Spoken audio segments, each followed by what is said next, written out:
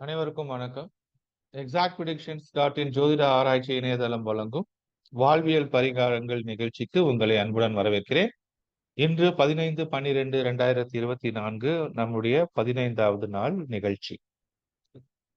நண்பர்களே, நம்ம பாதி கிணற தாண்டி இருக்கிறோம்.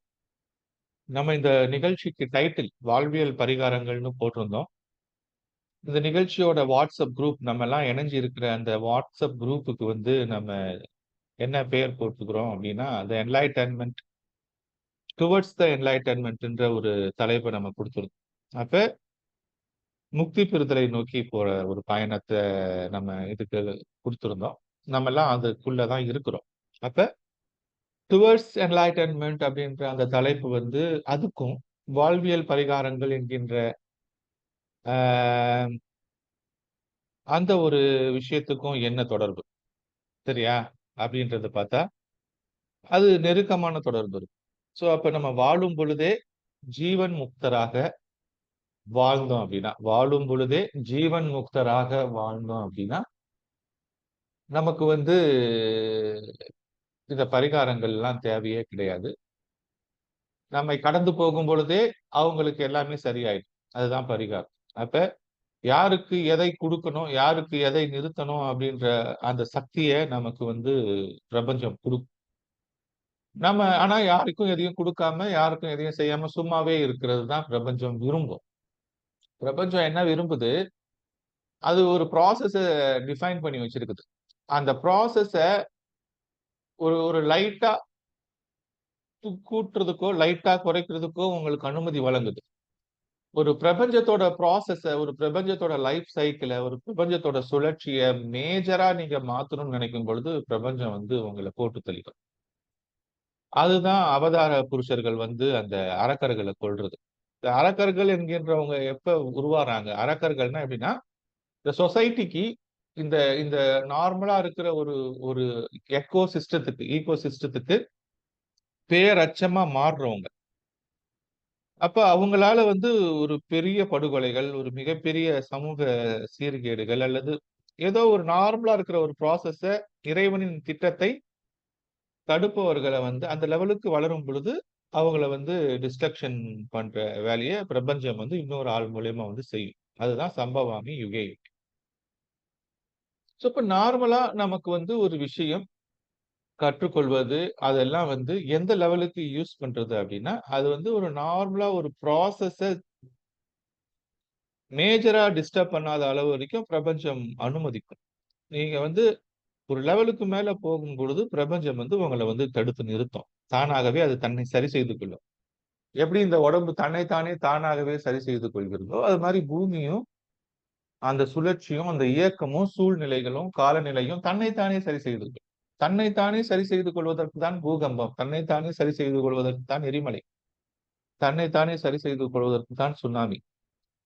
சரியா? அப்ப இது தன்னைத்தானே சரி செய்து கொள்வதற்கு சில விஷயங்கள் நடக்கும். அப்ப நம்ம வாழ்க்கையில நடக்கிற இந்த அ தசாபுத்தி அந்தரங்கள், நம்ம பொறக்கிற நட்சத்திரம், நம்ம பொறக்கிற திதி, இப்ப நடந்துட்டு இருக்கிற மேஜர் தசாபுத்தி அந்தரங்கள் இது எப்படி இருக்குது அப்படின்னா, இது ஒரு டைம் லூப் அப்படின்ற கான்செப்ட்ல தான் இயங்குது. இது எப்படின்னா, நம்ம நம்ம திரைப்படங்கள்ல இப்ப பார்த்திருப்பீங்க இல்லையா? மாநாடு அப்படின்ற ஒரு படம் பார்த்திருப்பீங்க. இந்த மாநாடுன்ற ஒரு படத்துல டைம் லூப் அப்படின்ற ஒரு கான்செப்ட தெளிவா எக்ஸ்பிளைன் பண்ணியிருப்பாங்க. இது இங்க இப்ப இருக்கிற யாராச்சும் ஒருத்தர் டைம் லூப் கான்செப்ட் எனக்கு தெரியாது அப்படின்னா, தெரியாதுன்னு சொல்லுங்க. தெரியும் அப்படின்னா, எனக்கு தெரியும்ன்றத சொல்லுங்க. யாருக்காச்சும் ஒருத்தருக்கு டைம் லூப் கான்செப்ட் தெரியல. டெனன்ட் படம் பார்த்திருந்துக்கலாலோ, மாநாடு படம் பார்த்திருந்தாலோ, நெறைய படங்கள் சினிமாக்கள் டைம் லூப் கான்செப்ட்ல வந்திருக்கு. இவரோட படம், சூர்யாவோட 24ன்னு ஒரு படம். ஸோ எவரிபடி டைம் நோஸ்ன்னு லூப் எடுத்துக்கலாம். கான்செப்ட்னா கோயிங் பேக் இன் டைம் தானேங்க சார்? ஆமா, exactly. Okay. Going back, going forward அப்படின்னு எடுத்துக்கலாம். Okay sir. Thank you. போயிட்டு திருப்பி வர்றது. டைம் டிராவல் எக்ஸாக்ட்டா. Time travel. Okay. Time travel, time loop அப்படின்ற ஒரு கான்செப்ட். அந்த டைம் டிராவல்ன்றது ஒரு குறிப்பிட்ட விஷயத்துக்கு போறது. டைம் லூப்ன்றது ஒரு விஷயம் திருப்பி திருப்பி நடக்கிறது. இப்ப டைம் கூடு விட்டு டிராவல் கூடு பாயறதுன்னா அது டைம் டிராவல் ஒரு எங்கேயோ ஒரு ஈராக் போயிட்டு திருப்பி வந்துருவாங்க. அது கூட சொல்லலாமா சார்?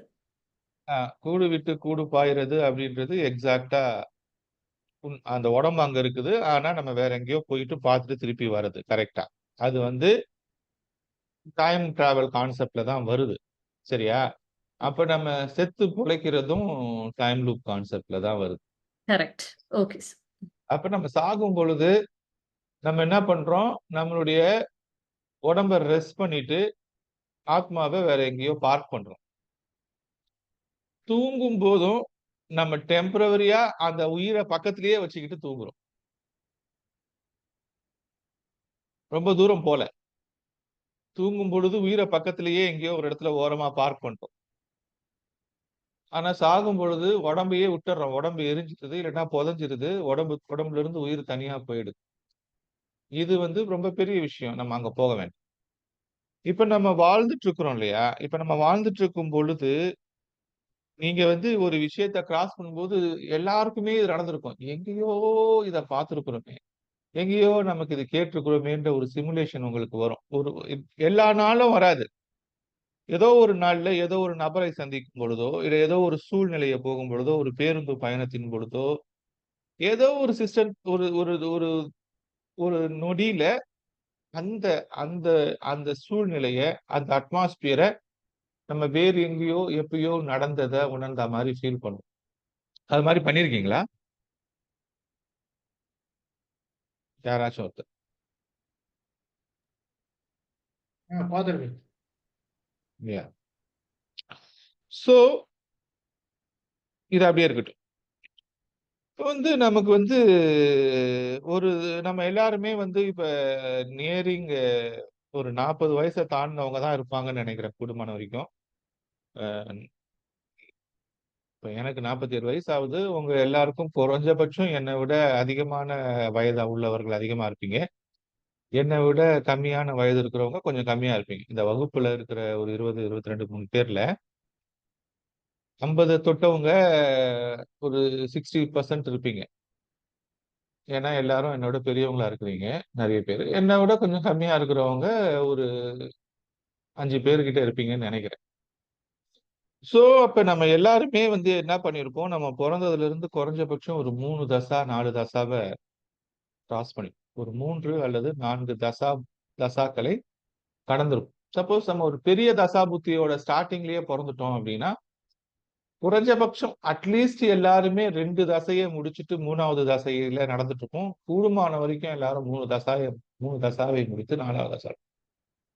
சரி.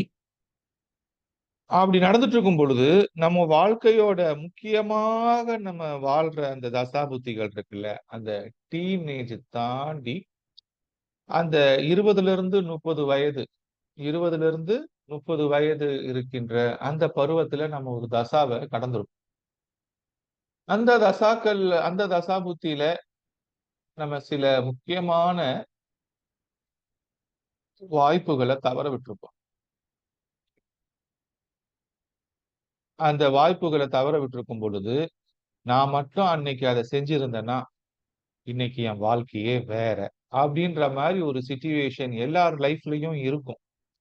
இங்க இருக்க எல்லாருக்குமே 12 பஸ் மாரி இந்த பஸ்ஸ ஏறுனா ஒரு கதை, இந்த பஸ்ல ஏறலன்னா ஒரு கதைன்ற மாரி, இந்த 20லிருந்து 30 வயசுலயோ, 20லிருந்து 40 வயசுக்குள்ளேயோ, ஏதோ இந்த வாழ்க்கையில நம்ம லைஃப்ல செட்டில் ஆகக்கூடிய பீரியட்ல, ஒரு நல்லா வந்துட்டு இருக்கிற பீரியட்ல, நல்லா இருந்த பீரியட்ல ஒரு இன்சிடென்ட்ல நம்ம வாழ்க்கை மாறிரும். அந்த ஒரு டிசிஷன், அந்த ஒரு செகண்ட் நம்ம வாழ்க்கை மாறிரும். அது ஏற்றமாக இருக்கலாம், அது இறக்கமாக இருக்கலாம். ஏதோ ஒரு விஷயத்துல நம்ம ஒரு டிசிஷன் நம்ம வாழ்க்கை பாதை மாற்றப்படும். அந்த மாரி எல்லாருக்குமே இருக்கும்னு நெனைக்கிறேன். இருக்குதா? அப்படின்றத மட்டும் சொல்லுங்க.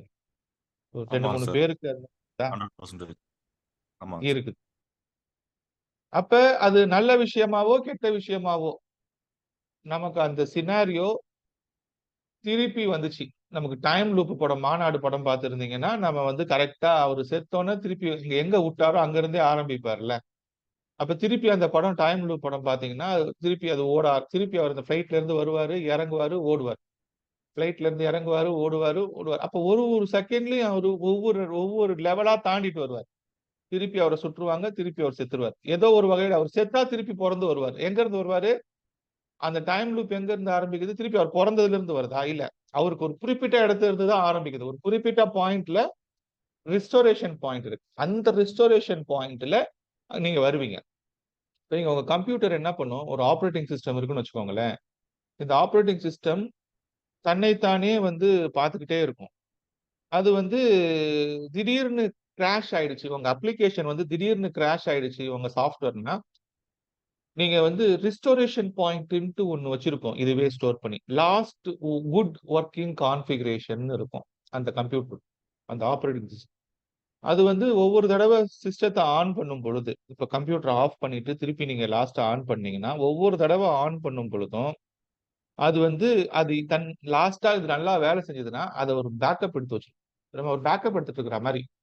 அப்ப அது என்ன செய்யும்? நம்ம நம்ம லைஃப்ல வந்து ஒரு சாஃப்ட்வேர் டெவலப் பண்றோம்னா, ஒரு பேக்கப் எடுத்து வைக்கிற மாரி. அது அந்த டோட்டல் சொல்யூஷன பேக்கப் எடுத்து வச்சுட்டு, அடுத்த நாள் டெவலப் பண்ணுவோம். இப்போ ஒரு சாஃப்ட்வேர் எப்படி நம்ம பேக்கப் எடுத்து வச்சு வேலை செய்றோமோ, அது மாரி நம்ம லைஃபோட ஒவ்வொரு விஷயமும் ஒரு பேக்கப் எடுத்து வச்சிருப்போம். அதுக்கு பேர் வந்து ரிஸ்டோரேஷன் பாயிண்ட்ன்னு நீங்க வச்சுக்கணும். அப்ப எந்த ரிஸ்டோரேஷன் பாயிண்ட்ல இருந்து லாஸ்ட் குட் வொர்க்கிங் கான்ஃபிகரேஷன்ல இருந்து நம்ம ரிஸ்டோர் பண்றோம். அப்படின்னா, அங்க இருந்து தான் ஆரம்பிப்போம். அப்ப அதுக்கு முன்னாடி இருக்கிற வரைக்கும் நமக்கு இருக்கும். அதுக்கப்புறம் ஒரு 5 நாளைக்கு டேட்டா இல்லன்னா, அந்த டேட்டா இருக்காது. அத தான் நம்ம வாழணும். இப்ப வந்து இன்னைக்கு வந்து 15ஆம் தேதி உங்களுக்கு இன்னைக்கு கம்ப்யூட்டர் கரப்ட் ஆயிடுச்சு அப்படின்னா, நீங்க ரிஸ்டோரேஷன் பாயிண்ட்ட தேடுனீங்க அப்படின்னா, அந்த சர்விஸ் இன்ஜினியர் வந்தாருன்னா, அவரு தேடுவாரு. அவருக்கு தேட தெரியும். அப்ப அது என்ன நடக்கும்? உங்களுக்கு பெஸ்ட் ரிஸ்டோரேஷன் பாயிண்ட் வந்து 10ஆம் தேதி ஒண்ணு இருக்கலாம். 8ஆம் தேதி ஒண்ணு இருக்கலாம். 1ஆம் தேதி ஒண்ணு இருக்கலாம். அப்ப அந்த கம்ப்யூட்டர் இன்ஜினியர் என்ன பண்ணுவாரு, லாஸ்ட்டா இன்னைக்கு 15ஆம் தேதி 10ஆம் தேதியில இருக்கிற ரிஸ்டோரேஷன் பாயிண்ட்ட ரிஸ்டோர் பண்ண ட்ரை பண்ணும். சப்போஸ் அது சக்சஸ்ஃபுல்லா ரிஸ்டோர் ஆயிடுச்சுன்னா, 10ஆம் தேதியிலிருந்து 15ஆம் தேதி இன்னைக்கு வரைக்கும் நீங்க ஏதாச்சும் ஒரு என்விரான்மென்ட் சேஞ்ச் பண்ணியிருந்தீங்கன்னா, நீங்க ஏதோ ஒரு புது சாஃப்ட்வேர் இன்ஸ்டால் பண்ணியோ, இல்ல வேற என்விரான்மென்ட் சேஞ்ச் பண்ணியிருந்தீங்கன்னா, அந்த டீடைல்ஸ் அதுல இருக்காது. அந்த குட் வொர்க்கிங் கண்டிஷன்ல இருந்து ஒர்க் ஆகும். அது மாரி நம்ம வாழ்க்கையோட ஒரு முக்கியமான தசாபுத்தி அந்தரங்கள்ல நம்ம வாழ்க்கைய புரட்டி போட்ட சந்தர்ப்பங்கள், அதே சூழ்நிலைகள் திருப்பி வருமா? அப்படின்னா, அந்த அந்த காலத்துல வந்து நானே வருவேன் அது ஒரு பாட்டுல அந்த ஒரே நாள்ல முன்ஜென்மத்து கதை வரும் இல்லையா? நம்பியாரும் ஒருத்தர் அவர் வந்து அந்த பண்ணையாரா இருப்பாரு. அவர் ஒரு பொண்ண லவ் பண்ணுவாரு. அந்த பண்ணையார் இன்னும் உயிரோட இருப்பாரு. இவரு செத்து திருப்பி பொறந்து வருவாரு. அந்த அந்த கிளைமாக்ஸ்ல அந்த அந்த தாத்தா வந்து இவர கொல்ல வருவாரு. அந்த மாரி ஒரு கான்செப்ட்ல எல்லாம் படம் எடுத்திருப்பாங்க. அப்ப இந்த டைம் லூப் கான்செப்ட்ல நமக்கு தவறவிட்ட அந்த ஆப்பர்ச்சுனிட்டி திருப்பி வருமா? அப்படின்னா, அது நமக்கு போன தசாபுத்திகள்ல தவறவிட்ட வாய்ப்புகள், இந்த தசாபுத்திகள்ல அந்த மெயின் தசையில நடந்த அந்த என்விரான்மென்ட் எப்ப சிமுலேட் ஆகும்னா, இப்ப நடக்கிற தசையில அந்த புத்தி வரும் பொழுது சிமுலேட் ஆகும். நமக்கு அந்த ஆப்பர்ச்சுனிட்டி ஓப்பன் ஆகும். அங்க விட்ட தவற இந்த புத்தியில சரி பண்றதுக்கான வாய்ப்புகள் நமக்கு கிடைக்கும். சரி, நான் இவ்வளவு நேரம் சொல்லிட்டு வந்தது, இப்ப நம்ம கிட்டத்தட்ட 15 நிமிஷமா சொல்லிட்டு வர கான்செப்ட் என்னன்னா, நீங்கள் தப்பவிட்ட தருணங்கள் இருக்குல்ல, நீங்க லைஃப்ல ஏதோ ஒரு விஷயத்த சரி செய்யணும். ஏதோ ஒரு இடத்துல விட்டீங்க. விட்டத புடிக்கணும். திருப்பி அதே சூழ்நிலைக்கு போயிட்டு, டைம் டிராவல் பண்ணி, பின்னாடி போயி எங்க விட்டீங்களோ, அத திருப்பி சரி செய்யறதுக்கான வாய்ப்பு இங்க எங்க கிடைக்கும்னா, அடுத்த தசா நடக்கும் பொழுது, அந்த மெயினா விட்ட தசையோட புத்தி இதுல வரும்ல, அந்த புத்தி வரும் பொழுது, அந்த புத்தியோட பீரியட் வந்து 2 வருஷமோ, அது வந்து இப்ப பெரிய புத்தினா 3 வருஷம், 4 வருஷம் கூட நடக்கும். சின்ன புத்தினா சின்ன தசானா அதுல ஷார்ட்டா நடக்கும். சந்திர தசானா 7 வருஷம், 10 வருஷம். இப்ப கேது தசைனா 7 வருஷம்னா, அதுக்குள்ள அந்த புத்தி ரொம்ப ஷார்ட்டா நடக்கும். அப்ப அந்த இப்ப சனி தசையோ, சுக்கிர தசையோ, புதன் தசையோ நடந்துச்சுன்னா, அதுல கொஞ்சம் லாங்கா நடக்கும். சரியா? அப்ப நீங்க வந்து ஃபார் எக்ஸாம்பிள் உங்களுக்கு ராகு தசை நடந்து முடியுது அப்படின்னா, ராகு தசையில 18 வருஷத்துல ஏதோ ஒரு குறிப்பிட்ட மொமெண்ட் தான் உங்க வாழ்க்கைய மாத்திரும். அந்த மொமெண்ட் திருப்பி அங்க போய் திருப்பி சரி பண்ணணும். அங்க ஒரு ஆப்பர்ச்சுனிட்டிய மிஸ் பண்ணோம் அப்படின்னா, அந்த ஆப்பர்ச்சுனிட்டி அப்படியே ரீகிரியேட் இங்க ஆகும். அப்படி இல்லைன்னா அதை உருவாக்கக்கூடிய சூழ்நிலையும் ஏற்படுத்தலாம். அங்க தவறவிட்ட சூழ்நிலைய இங்க அந்த சூழ்நிலையை இங்க இது உருவாக்கும். இந்த புத்தியில குரு தசை அடுத்து வர குரு தசையில ராகு புத்தியில. ஆனா அது எப்ப வரும்? ஆரம்பத்துல வராது. அது எண்டுல தான் வரும். ஒரு தசா முடிஞ்சிட்டு அந்த புத்தி அடுத்த தசையில இமிடியேட்டா வராது. இங்க எண்டுல தான் வரும். அப்படி வரும் பொழுது அங்க தவறவிட்ட சிச்சுவேஷன்ஸ் இந்த அடுத்த தசாவோட எண்டுல ரீகிரியேட் ஆகும். அப்படி ரீகிரியேட் ஆகும் பொழுது நம்ம எப்படி டைம் லூப்ல வந்து அந்த மாநாடு படத்துல வந்து அவர் வந்து ஞாபகம் வச்சுக்கிட்டு அப்ப இப்ப வந்து ஒரு ஒரு அக்குமுலேட் நாலேஜ் பண்றாரு அவர். அங்க வந்து இந்த தப்பு பண்ணோம். இப்ப இந்த இந்த இடத்துல இந்த தப்பு பண்ணக்கூடாது. அப்ப அத பைபாஸ் பண்ணி ஓடணும் அப்படின்னு ஒவ்வொரு தடவை அவர் சேர்த்து சேர்த்து சேர்த்து வரும் பொழுது அவருக்கு என்ன கிடைக்குது? நாலேட்ஜ் கிடைக்குது. அப்ப இந்த இடத்துல மேல ஏர்போர்ட்ல இருந்து டமால்னு அந்த ரூஃப் இடிஞ்சு விழுவும். இப்ப ஃபர்ஸ்ட் டைம் போகும்பொழுது அவர் அங்க நிக்கும் பொழுது அந்த ரூஃப் இடிஞ்சு விழுவும். அவர் செத்துருவார். நெக்ஸ்ட் டைம் வரும்பொழுது இப்ப இடிஞ்சு விழும். இந்த டைம்ல அது இடிஞ்சு விழுவும்னு அவருக்கு தெரியும். அப்ப அங்க போய் நிக்காம அடுத்த தடவை போவார். இப்ப இன்னொரு தடவை செத்து வரும்போது அந்த இடத்துல வில்லனை கொண்டு வந்து அந்த இடத்துல நிறுத்தி அவர சாவடிச்சுட்டு இவரு போவார். அப்ப ஒவ்வொரு கெய்னிங் நாலேட்ஜ் அப்ப நம்ம வாழ்க்கையில அந்த டைம் லூப் படத்துல எப்படி நம்ம ஒரு நாலேஜை கேதர் பண்றோமோ அந்த நாலேஜை கேதர் பண்ணிட்டு அந்த தவறுகளை திருத்திக்கிறது. நம்ம செஞ்ச தவறுகளை திருத்திக்கிறதுக்கு ஆப்பர்ச்சுனிட்டிஸ நமக்கு அந்த முடிஞ்சு போன தசையில இருந்த புத்தி அடுத்த தசையில வரும்போது அந்த புத்தி கொடுக்கும். சப்போஸ் அந்த புத்தி வரல ஆனா இமிடியேட்டா சரி பண்ணணும்னா அந்த முடிஞ்சு போன தசையோட அந்தரத்தை கூட நம்ம ட்ரை பண்ணலாம். அந்தரம் வந்து 2 மாசமோ 3 மாசமோ 6 மாசமோ அவ்வளவுதான். ஒரு தசா புத்தி அந்தரம் அப்படின்றது தசான்றது பெருசான பீரியட்ல அப்ப வந்து ஒரு சனி தசை நடக்குதுன்னா ஒரு 18 வருஷம்னா அதுல ஒரு புத்தி வந்து 2 வருஷமோ 3 வருஷமோ 4 வருஷமோ நடக்கும். Depends upon the length of the பிளானட்டோட தசா புத்தி. அதுல அந்த புத்தி வர்றதுக்கு லேட் ஆகுது அப்படின்னா அந்த அந்தரம் வந்து அதை ரீக்ரியேட் பண்ணும். அந்த அந்தரம் பொதுவா வந்து ஒரு 1 வருஷமோ 6 மாசமோ அந்த மாதிரி பீரியட்ல. அப்ப நமக்கு செய்த தவறுகளை நமக்கு தவறவிட்ட வாய்ப்புகளை திருப்பி அந்த சிச்சுவேஷனை உருவாக்கி அந்த இடத்துல நம்ம சரி செய்யறது. அதுக்கு காலம் நமக்கு வாய்ப்புகளை கொடுக்கும். அது எப்படி கொடுக்கும் அப்படின்னு நீங்க பிளான் பண்ணீங்கன்னா இப்ப அந்த சிச்சுவேஷன் நடந்துட்டு இருக்கும்ல இப்ப வந்து நீங்க அந்த அந்த அந்த சினாரியோல ஒரு பிளேயர்ஸ் இருப்பாங்கல்ல. ஃபார் எக்ஸாம்பிள் மாநாடு படத்துல 2 கேரக்டர் மெயின் கரெக்டா? ஒன்னு எஸ்.ஜே. சூர்யா கேரக்டர், ஒரு சிம்பு கேரக்டர். இன்னொருத்தர் அந்த ஒய்ஜி மகேந்திரன் கேரக்டர். அப்ப இந்த ஒய்ஜி மகேந்திரனுக்காக இந்த சிம்பு இந்த எஸ்.ஜே. சூர்யா வேலை செய்யறாரு. இப்ப வந்து இந்த சிம்பு வந்து வராரு. இவரு ஒவ்வொரு தடவையும் துரத்துட்டு வந்து கொல்றாரு. இப்படிதான் நடக்குதுல்ல. அப்ப உங்களுக்கு நடந்த அந்த சூழ்நிலையில இருந்த அந்த மேஜர் பிளேயர்ஸ் இருக்கிறாங்கல்ல, அந்த மேஜர் பிளேயருக்கு வெவ்வேறு தசா நடந்திருக்கும். அதாவது உங்களுக்கு ஒரு தசா புத்தி நடந்துட்டு இருக்கும். அவருக்கு ஒரு தசா புத்தி நடந்திருக்கும். ஆனா நீங்களோ ஒன்றோ ஒருவரோ இருவரோ இருவருக்கு மேற்பட்டவரோ சேர்ந்து ஒரு சூழ்நிலையில ஒரு சந்தர்ப்பத்துல ஒரு வினையை ஆற்றி இருப்பீர்கள். அந்த வினையினால் உங்களுக்கு மாறி இருக்கும். அப்ப அது நல்ல வினையோ கெட்ட வினையோ ஒருத்தவங்களை தோக்கடிச்சுட்டானோ நீங்க ஒருத்தனை தோக்கடிச்சிட்டீங்களோ ஏதோ ஒண்ணு நடந்திருக்கும். இப்ப இவனுக்கோ அவனுக்கோ திருப்பி அந்த வாய்ப்பை கொடுக்கறதுக்கு second chance, third chance, fourth chance எப்படி கொடுக்கும்னா அதுக்கப்புறம் காலம் மாறி இருக்கும். உங்களுக்கும் ஒரு தசா மாறி இருக்கும். அவருக்கும் தசா மாறி இருக்கும். ஆனா இப்படி மாறும் பொழுது இந்த காம்பினேஷன்ல நீங்க 2 பேரும் அந்த பீரியட்ல என்ன தசால இருந்தீங்க மேஜர்? நீங்க ஒரு தசால இருந்திருப்பீங்க. அவர் ஒரு தசால இருந்திருப்பார் இல்லையா? இப்ப அடுத்து தசா மாறி இருக்கும். நீங்க வேற தசாக்கு போயிருப்பீங்க. அவரு வேற தசால இருப்பார். வெவ்வேறு தசாவா இருக்கும். ஆனா அந்த அந்த 2 பேருக்கும் வெவ்வேறு தசா நடக்கும் பொழுது 2 பேருக்கும் அந்த புத்தி நடக்குதா? இப்ப உங்களுக்கு நடந்த அந்த தசாவோட புத்தி இங்க உங்களுக்கு இந்த தசால நடக்கும் பொழுது உங்களுக்கு நடந்த அந்த தசாவோடது இவருக்கு இந்த தசையில நடக்கும் பொழுது 2 பேருக்கும் கோஇன்சிடென்ஸா அந்த தசா வந்து இந்த நடந்துட்டு இருக்கிற வேற தசாயில ஒரு புத்தியா நடக்கும் பொழுது உங்களுக்கு அந்த ஆப்பர்ச்சுனிட்டி கிடைக்கும். அந்த ஆப்பர்ச்சுனிட்டியில திருப்பி நீங்க 2 பேரும் அதே மாதிரி சூழ்நிலையில வந்து மோதுவீங்க. அதே மாதிரி சூழ்நிலையை உருவாக்குவீங்க. இப்ப நீங்க அந்த இடத்துல தோத்து இருந்தீங்கன்னா இந்த இடத்துல அவரை ஜெயிப்பதற்கான வாய்ப்புகள் திருப்பி கொடுக்கும். திருப்பி அவரே கூட ஜெயிக்கலாம். அவரு எந்த அளவுக்கு நாலேஜா இருக்கிறாரு. திருப்பி அவர் வெற்றி பெற்றவர். வெற்றி பெற்றவருக்கு வாய்ப்பு அதிகம். ஆனா தோல்வியுற்றவருக்கு கொடுக்கப்பட்ட வாய்ப்புல நீங்க அப்ப என்ன தப்பு பண்ணீங்களோ அந்த தப்பை திருத்தி கொண்டு அந்த ஆப்பர்ச்சுனிட்டியை வெற்றி பெறுவதற்கு உங்களுக்கு வாய்ப்பு கொடுக்கும். தசாபுத்தி அந்தரத்துல இருக்கிற சூட்சமத்தை இது வரைக்கும் உங்களுக்கு எவ்வளோ தசாபுத்தி அந்தரம் கிளாஸ் படிச்சிருப்பீங்க, எவ்வளோ வகுப்புகள் படித்திருப்பீங்க, ஜோதிடத்துல தாண்டி இருப்பீங்க. உங்களுக்கு வாய்ப்புகள் எப்படி ரீக்ரியேட் ஆகுன்றது இப்படிதான் ரீக்ரியேட் ஆகும். அப்ப நம்ம வாழ்க்கை டைம் லூப்ல இருக்குதா, நம்ம வாழ்க்கையில செஞ்ச தப்ப சரி செஞ்சுக்க முடியாதா அப்படின்னா, நம்ம வாழ்க்கையில தவற விட்ட தருணங்களை காலம் ஒரு முறை காத்திருந்து கொத்துமாம் கொக்கு மாதிரி பண்றது இதுதான். அந்த சந்தர்ப்பம் ரீக்ரியேட் ஆகும். புரியுதா? அப்ப அது அதே மாதிரி இப்படியே ரீக்ரியேட் ஆகாது. அந்த சிச்சுவேஷன் நமக்கு வந்து ஒரு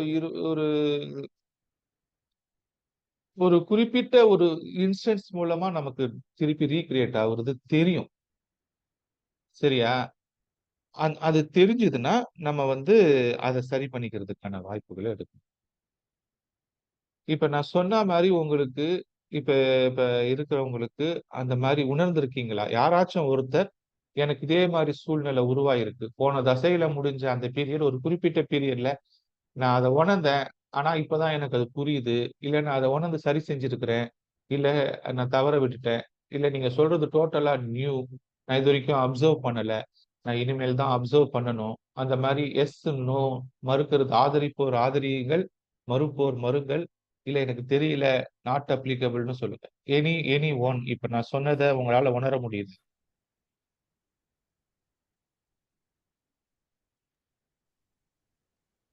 கவனிக்கிறேன் சார்.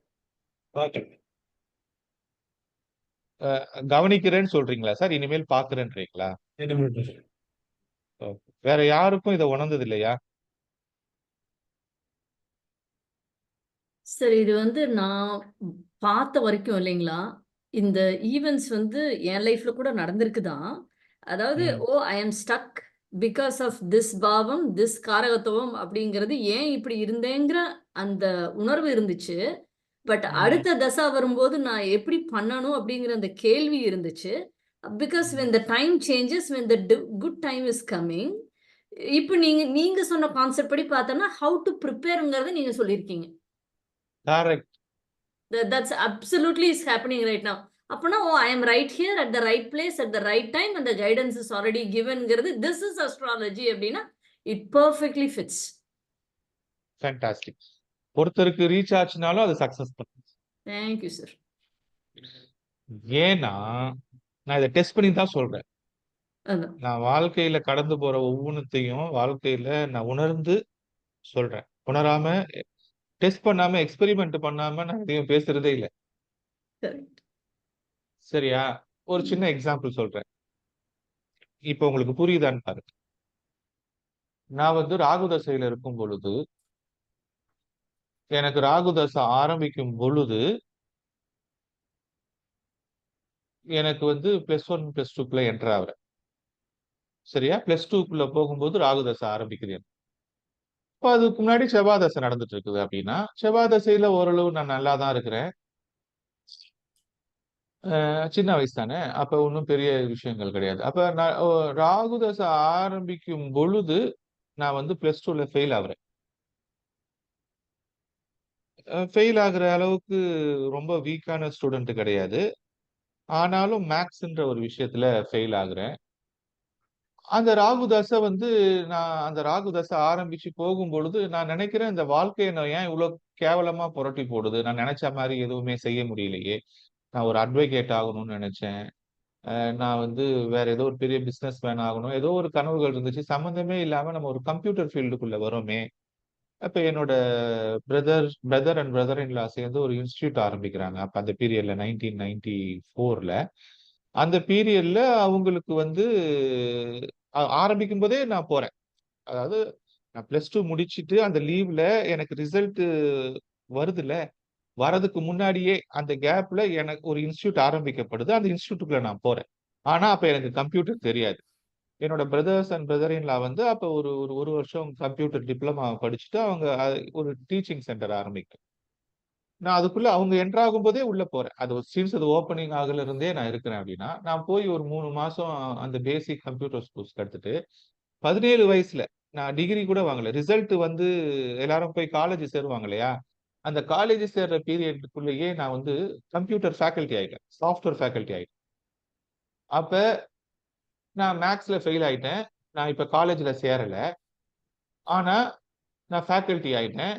என் கூட படிச்சவங்கலாம் டிப்ளமோவோ, பாலிடெக்னிக்கோ இல்ல டிகிரியோ சேர்ந்துட்டாங்க. நான் வந்து ஒரு ஃபெயில் ஆன ஸ்டூடண்ட். ஆனா நான் புரொஃபசர் மாரி ஆயிட்டேன். ஒரு ஒரு காலேஜ்ல இன்ஜினியரிங் காலேஜ்ல போய் ஒரு சாஃப்ட்வேர் சொல்லிக் குடுக்குற ஒரு புரொஃபசர் மாரி நான் 17 வயசுலயே ஆயிட்டேன். அப்பயிலிருந்து நான் சாஃப்ட்வேர் ஃபீல்ட்ல இருக்கிறேன். அன்னையிலிருந்து 17 வயசுல இருந்து கம்ப்யூட்டர் இல்லாம என் வாழ்க்கை கிடையாது. கம்ப்யூட்டரோட தான் தூங்குறேன், எந்திரிக்கிறேன். அப்படிதான் இருக்குது என் வாழ்க்கைன்னா. அந்த ராகு தசையில ஒரு ஃபர்ஸ்ட் 8 வருஷம் வந்து நான் வந்து 24 மணி நேரமும் அந்த கம்ப்யூட்டர் சென்டர்லயே தான் இருக்கிறேன். அதாவது காலையில 7 மணிக்கு நான் போய் அத தொறந்தேன்னா, அந்த இன்ஸ்டிடியூட்ட 7 மணிக்கு போய் தொறந்தேன்னா, நைட் 10 மணிக்கு மூடுவேன். அந்த 7 டூ 10 வரைக்கும் நான் ஸ்டாப்பா நான் வேலை செஞ்சிருக்கிறேன். இப்பயும் செய்றேன். இப்பயும் அந்த அளவுக்கு நான் வேலை செய்றேன் அப்படின்னா, அந்த பீரியட்ல நடுவுல ஒரு மதியானம் ஒரு 1 மணி நேரம் போய் தூங்கிட்டு வருவேன் வீட்டுக்கு. அவ்வளவுதானே தவிர, மத்தபடி நான் ஸ்டாப்பா வேலை செய்றேன். அப்ப வந்து ஒரு மெஷின் மாரி, ஒரு மாடு மாரி வேலை செய்றோம் அப்படின்னா, அப்ப வந்து என்கிட்ட படித்த மாணவர்கள்லாம் இருக்கிறாங்கல்ல, அவங்க எல்லாருமே வெளிநாட்டுக்கு போய் செட்டில் ஆயிடுவாங்க. எல்லாருமே ஒரு மல்டிநேஷனல் கம்பெனிஸ்க்கு போய் செட்டில் ஆயிடுவாங்க. ஆனா, எனக்கு வந்து அந்த மாரி ஒரு ஆப்பர்ச்சுனிட்டீஸ் இருக்காது. நான் வந்து ஒரு நாளைக்கு குறைஞ்சபட்சம் வந்து ஒரு 100 பேருக்கு குறைஞ்சபட்சம் ஒரு 100 பேர சந்திச்சு வகுப்பு எடுக்கிற அளவுக்கு ஒரு சிச்சுவேஷன்ல இருந்தேன். இது ஏன் சொல்றேன்னா, ஒரு பீரியட்ல நான் வந்து ஒரு பெரிய நானும் வெளிநாட்டுக்கு போய் வேலை செய்யணும். நானும் வெளிநாட்டுக்கு போய் செட்டில் ஆகணும். நானும் ஒரு நல்லா இருக்கணும்னு ஆசைப்பட்டப்ப, எனக்கு வந்து சிங்கப்பூருக்கு போறதுக்கான ஒரு ஆப்பர்ச்சுனிட்டி கிடைச்சது. அந்த ஆப்பர்ச்சுனிட்டி படி நான் சிங்கப்பூருக்கு போயிட்டேன்.